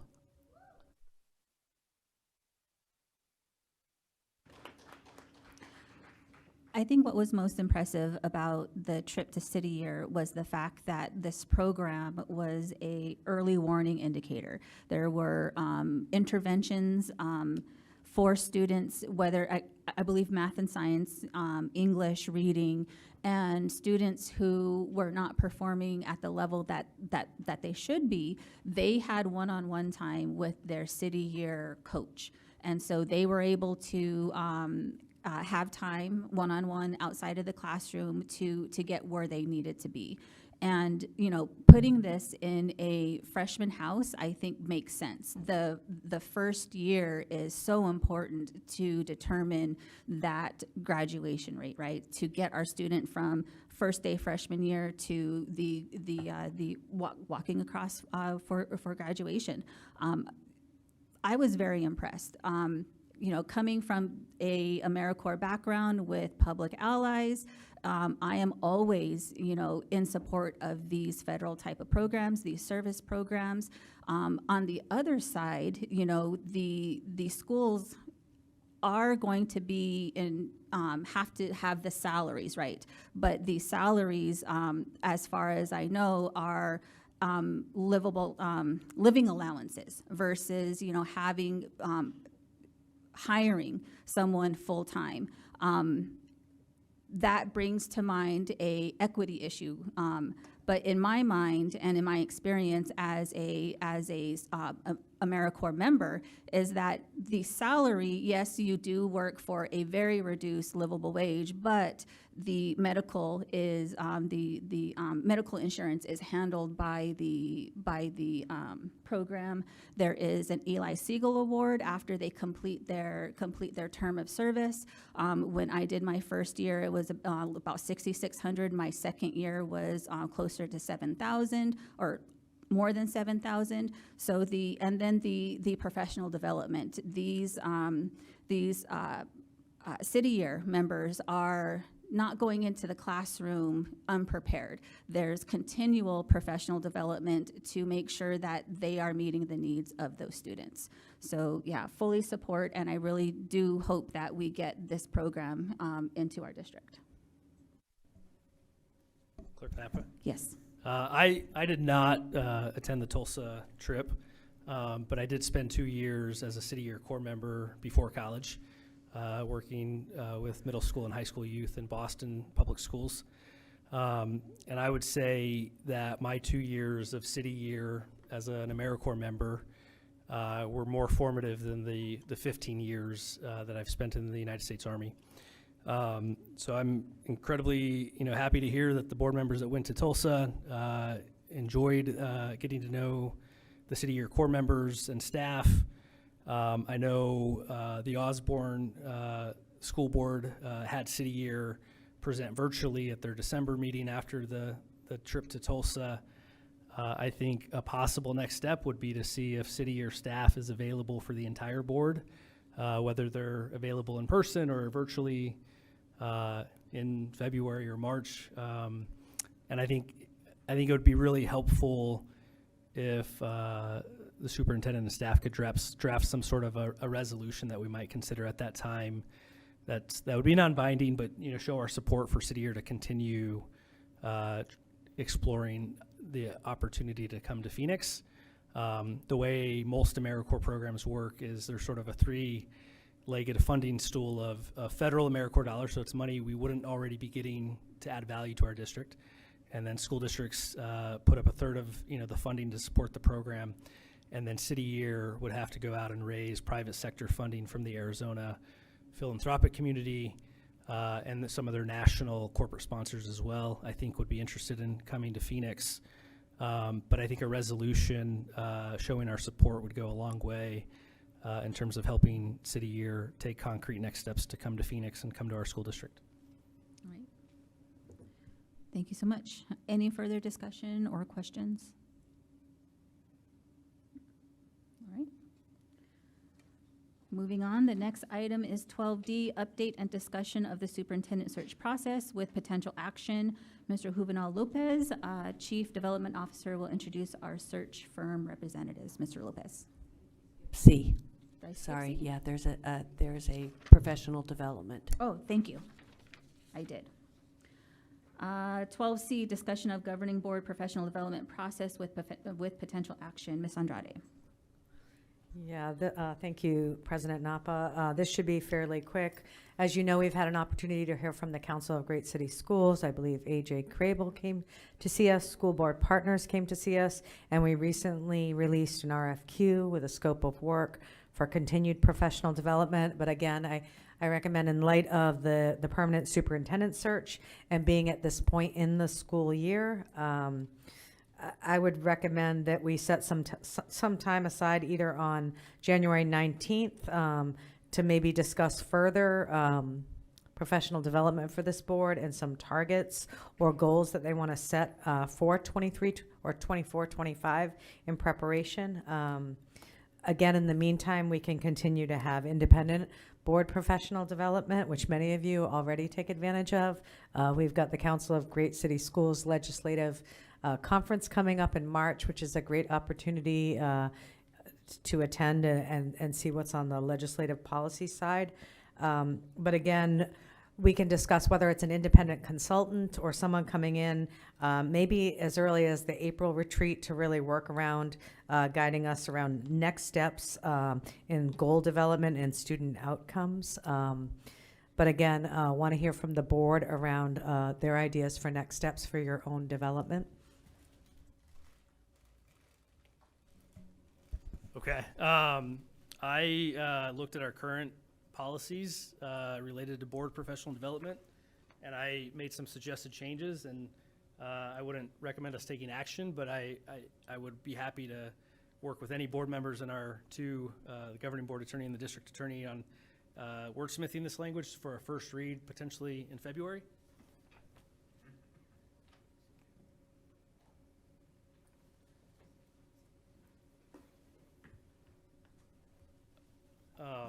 We have two policies that specifically relate to board professional development. The first is BIB, and from what I can tell, this is a school board association policy that we've adopted to comply with state law. I would ask our two attorneys to give us some guidance on, if we need to have that as a board policy, or we just need to understand what current state law is. If you want to comment now or at a later time. Given that this wasn't published, let's not discuss it now. And I just want to remind the board that although you want to work with board members on revising and discussing those, be aware of the open meeting law. Even those discussions, given that this will eventually come back to the board, there should not be a quorum of the board involved in those discussions. Absolutely. And then the second policy is BIBA, which relates to board member conferences, conventions, and workshops. And I think there's probably a way we could combine the two policies into one board member professional development policy. And this just adds a bunch of language that clarifies specifically what types of trainings we think every board member should get at the beginning of their term and every 4 years if they continue to get reelected.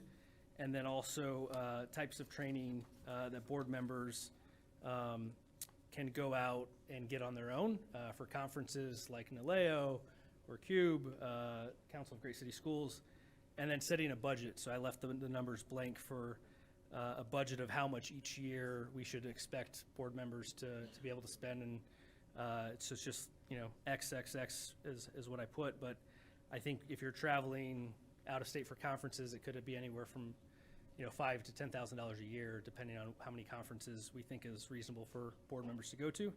And then I also put you know, XXX for, you know, setting a number as a board for collective board professional development, whether we choose AJ or coaching, you know, making sure that's clear and in policy. And just to clarify, given that you may have comments and to avoid any open meeting law, let's have the comments go through the district's lawyer, Eileen. So if you can give your comments and your thoughts to her, then she will make sure that that open meeting law and that she compiles them for your consideration. I think that's the best way, because otherwise, if you act as the central, if you get comments from a quorum, we will have an open meeting law problem. Okay. I like that. Thank you. So thank you. Yeah. So given that, if you have comments on this draft, I would hope that we could have a draft that's, you know, maybe me and Eileen can work on together and collect everybody's feedback so that we can have a first read of a policy to sort of drive, you know, one individual board training and then collective training that we choose. And I think that's in particularly important as we select a permanent superintendent, to have board professional development defined in a way that hopefully, you know, we take that professional development to help us set tangible districts for the goal that are tied to the superintendent's evaluation, and that we can, you know, have ready for the next permanent superintendent to take action on. So I sort of see this as a 6 months process, maybe carving out some time at our, maybe a little bit of time at the January retreat, and then maybe a lot of time at our April retreat focused specifically on district-wide goals. And then that way, by our July retreat, we have a new superintendent in place, and we have, you know, 3 to 5 tangible goals that we're setting as a board based on professional development that all of us have sought, and based on what we think is what we ran for in terms of serving this district. President Nava and Superintendent Andrade and Clerk Marquez, I'd also like to add that if we could have the district, because of the budget constraints we're already under, give us some realistic idea of a budget for professional development for the board, because if, you know, the money's not there, I don't want to put us further in a situation. Okay. Madam Chair. Thank you, Madam Chair. My only comment related to board professional development is I highly encourage Superintendent Andrade, President Napa, to connect with our partner districts, Creighton's board president and superintendent, Phoenix Elementary's board president and superintendent, and Roosevelt School District's board president and superintendent, as a conversation about what they are doing. They have adopted the student outcomes focused governance framework and are doing really incredible work to get stakeholder feedback and make sure that board meetings are aligned to student outcomes. And so I would love for us to mirror what our sister districts are doing, because that will ultimately allow all of us to focus on improving student academic achievement while we are also collectively engaging families and having them be part of the process about what we want to see in the future of Phoenix Union. So I highly encourage conversations with those 3 leadership, board and superintendent leaders who are going above and beyond and really leading the field, as far as I'm concerned, when it comes to this board PD. Thank you, Board Member Para. And the three districts are Creighton, Phoenix Elementary, and Roosevelt. Thank you. Anything further? All right. Now 12D, update and discussion of the superintendent search process with potential action. Mr. Juvenal Lopez, Chief Development Officer, will introduce our search firm representatives. Mr. Lopez. Good evening, President Napa, Governing Board, Superintendent Andrade, Executive Team, staff, community members, and parents. This evening, HYA Superintendent Search Team is joining us virtually and will provide us with important updates and insights specific to the multiple engagement opportunities we've provided to our PXU community during Phase 1 and 2 of this important initiative. In addition, important upcoming dates and events will be reviewed and highlighted, ensuring that the calendar of planned events is up to date. And with that, I'd like to turn the mic over to Dr. Christine McDuffie for this important update.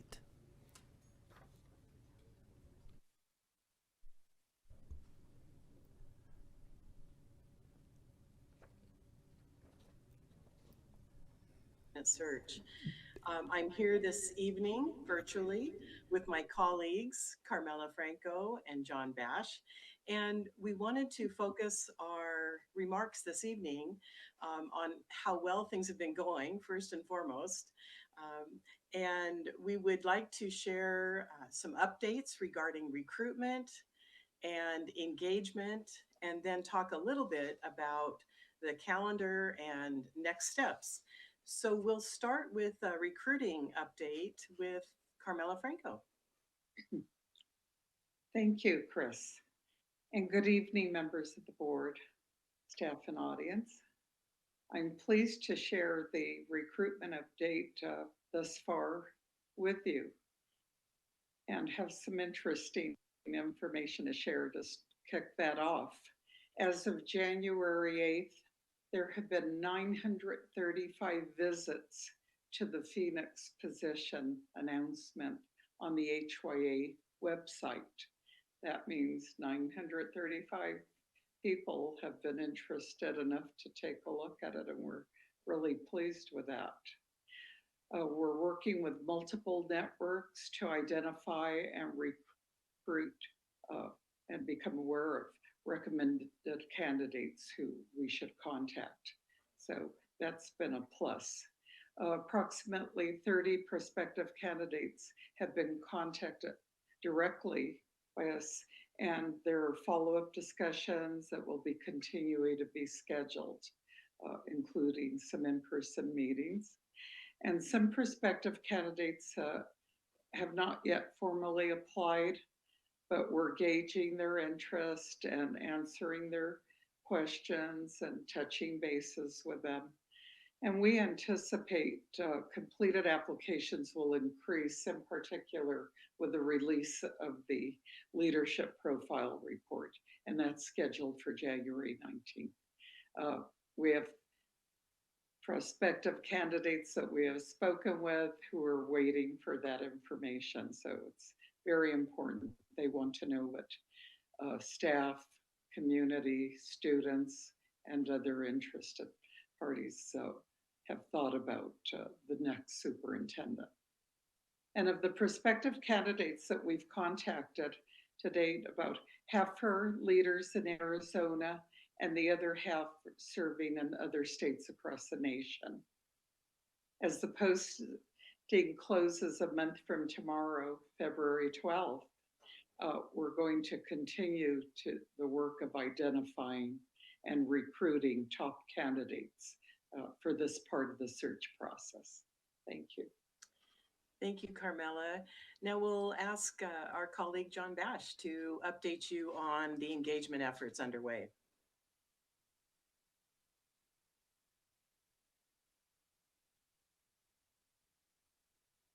Great. Can you hear me okay? Yeah. All right.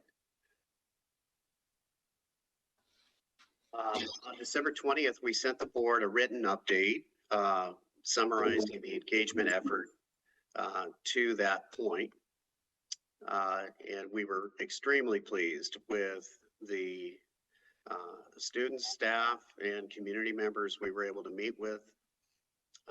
across multiple sessions. We had a total of 388 participants across all those listening sessions and 3 open community forums.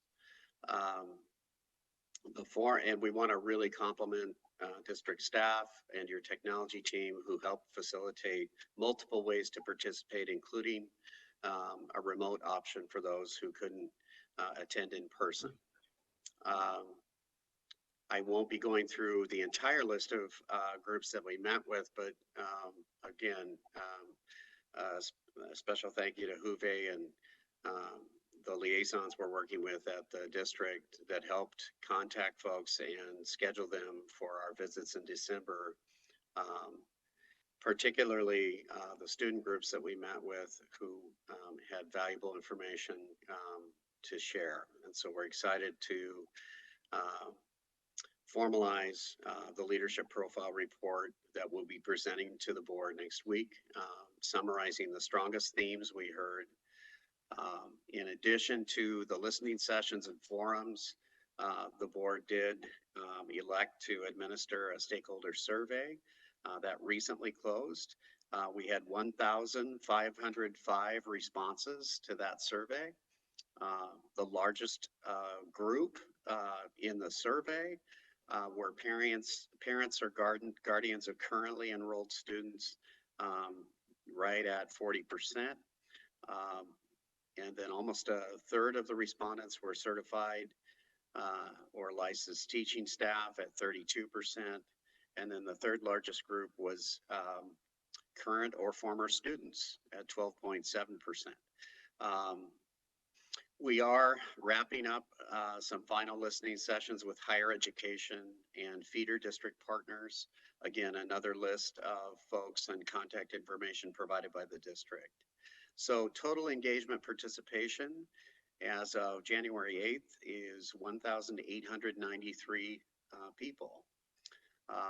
We mentioned earlier to the board that we like to target approximately 10% of the student population in a district for engagement participation, but that does vary, and we're feeling really good about the number of people that came out to share their perspectives with us. I think that's what I have. Chris. Okay. Thank you, John. And finally, we wanted to just give a preview of next steps. As was mentioned, we're really looking forward to seeing you in person next Friday, January 19th, for us to present to you the leadership profile report that summarizes all of the feedback we've been receiving in this engagement phase.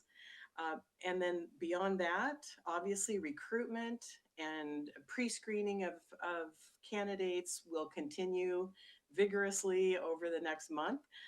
And as Carmela mentioned, the position does close 1 month from tomorrow. So it's fast approaching.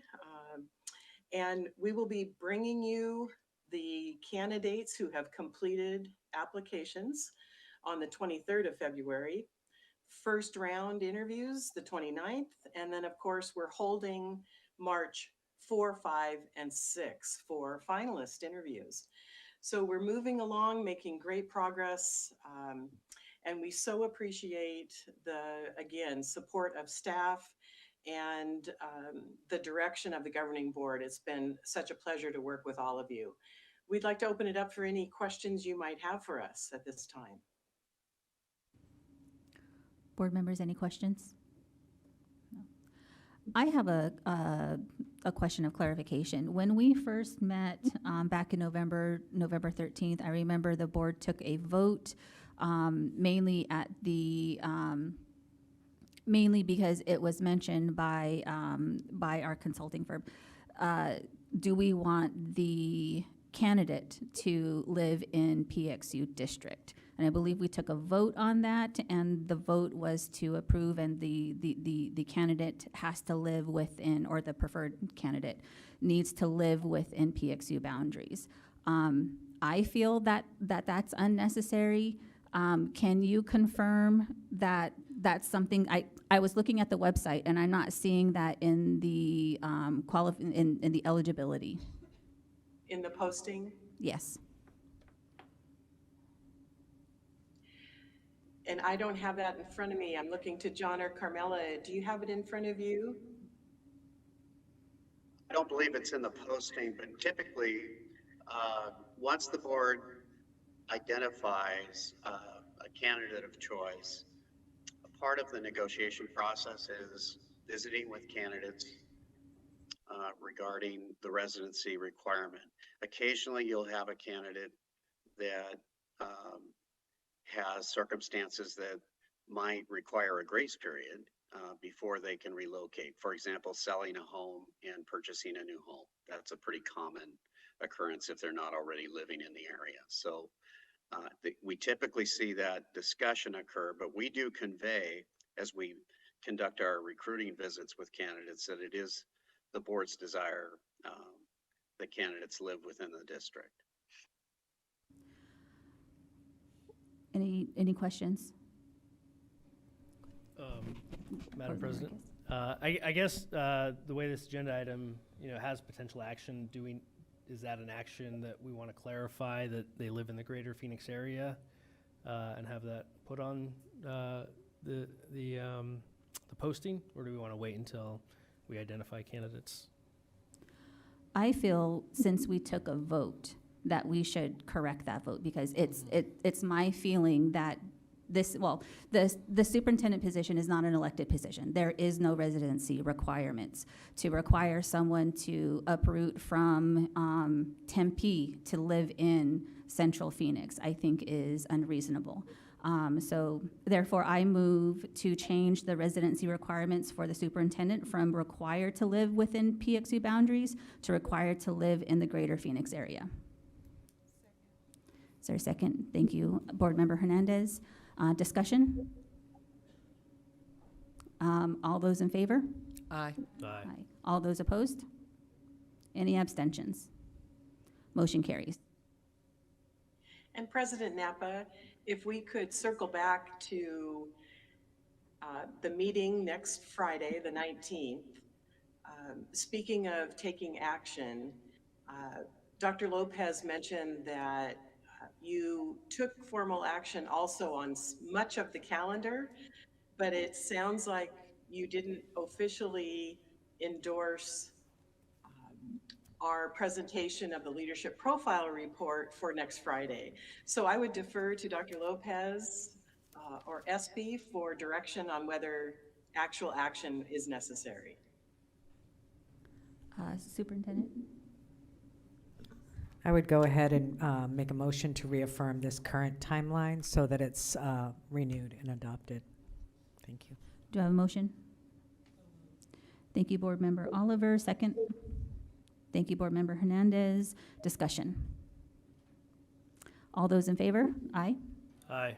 All those opposed? Abstentions? Motion carries. That's all we have for now, and we look forward to seeing you next Friday. Thank you all, and we are also endorsing the recognition of Governing Boards Month. So you are an amazing group of leaders for your community. Thank you. Pleasure working with you. Thank you so much. Moving on.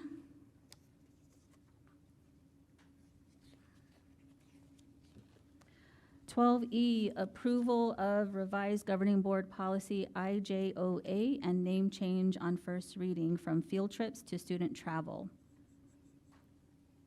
Is there a motion to approve the revised governing board policy and its name change?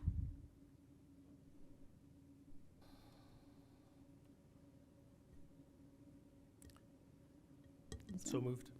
Thank you, Board Member Marquez. Is there a second? Second. Thank you, Board Member Oliver. The motion has been made by Board Member Marquez and seconded by Board Member Oliver. Is there any discussion? Yes.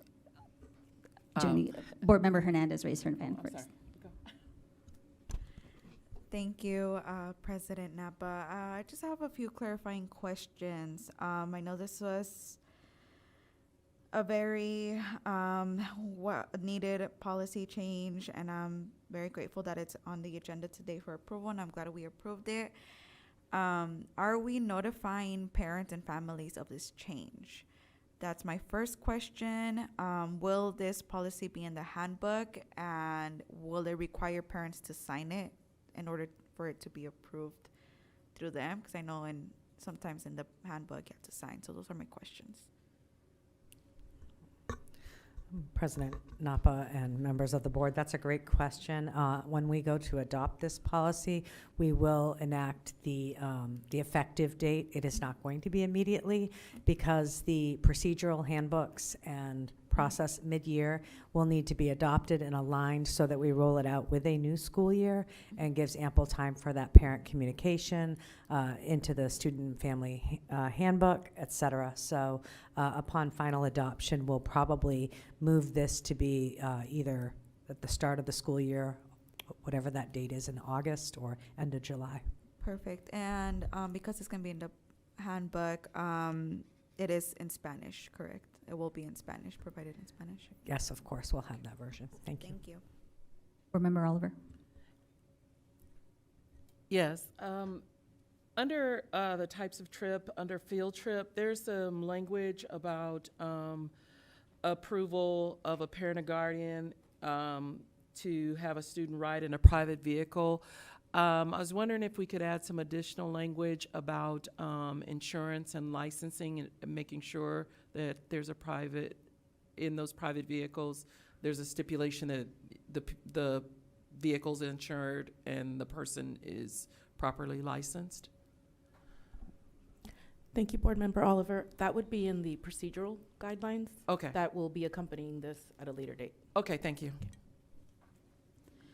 Any further questions or discussions? All right. On the motion, those in favor, please indicate by saying aye. Aye. Aye.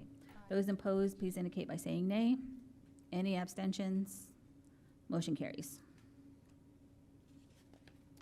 Next, item 12F, approval of the revised governing board policy on first reading, GCCE professional support staff conferences, visitations, workshops. Is there a motion to approve the revised governing board policy on first reading? So moved. Thank you. Is there a second? Second. Motion has been made by Board Member Oliver and seconded by Board Member Marquez. Is there any discussion? Nope. Okay, on the motion, those in favor, please indicate by saying aye. Aye. Those opposed, please indicate by saying nay. Any abstentions? Motion carries. Next item is 12G, adoption of revised governing board policies on second reading. BCB, board member conflict of interest. BDA, board organizational meeting. BE, school board meetings. BEDA, notification of board meetings. BEDDB, agenda. Is there a motion to adopt the revised governing board policies on second reading? So moved. Thank you, Board Member Marquez. Is there a second? Second. A motion has been made by Board Member Marquez and seconded by Board Member Oliver. Is there any discussion? I do have a question. On the board member conflict of interest, what's the context for that change? Yes. These are all changes prompted by legislative changes that were made in the last legislative session. Got it. Thank you. Any other questions, discussion? Nope. All right. On the motion, those in favor, please indicate by saying aye. Aye. Aye. Those opposed, please indicate by saying nay. Any abstentions? Motion carries. Next item is for information only and no action is required. 12H, correction of codification for new governing board policy, public concerns complaints about contracted safety services and law enforcement from KEE to KEDA. Due to Scrivener's error in the codification of the recently adopted governing board policy, the policy code was changed from KEE to KEDA. This item was informational only, and though no action is required, the new codification is acknowledged. And moving forward, item 3A, next meeting. The next regular meeting of the governing board is scheduled for Thursday, February 1st, 2024 at 6 p.m. Item 13B, requests for future agenda items. Members, any items you would like to recommend? Madam Chair, I have a quick one. If we could get an update on the broadband, internet, issue that was brought up today, that would be great. Thank you.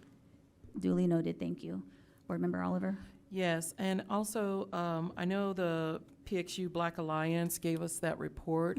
I'd like to see if we could get a presentation from them on that report, delineating the things that are outlined in the report. Yes, thank you so much. And for reference, it is perspectives, reflections, and lived experiences shared by PXU students, their parents, and staff that identify in the Black, African American, African diaspora. And it looks like it was completed December 2021. Thank you. Any further? Board Member Marquez. Yes, Madam President, I would request that sometime between now and March, we have an agenda item specifically to discuss potential changes to the superintendent evaluation tool, so we can align it with the next permanent superintendent contract. Thank you, duly noted. I have one question, actually just a point of clarity. It was brought to my attention that students who have long-term suspensions, who go from a comprehensive school or maybe even a small school that's in person, if they move to digital, their credits do not carry. I would like more clarification on that, and also looking at potential interventions to make sure that our students have an option in order to save their credits or recover those credits, and so that semester of work is not lost. Any further items? All right. Item 13C, motion to adjourn. Motion. Second. On the motion, those in favor, please indicate by saying aye. Aye. Those opposed, please indicate by saying nay. Motion carries. We are adjourned.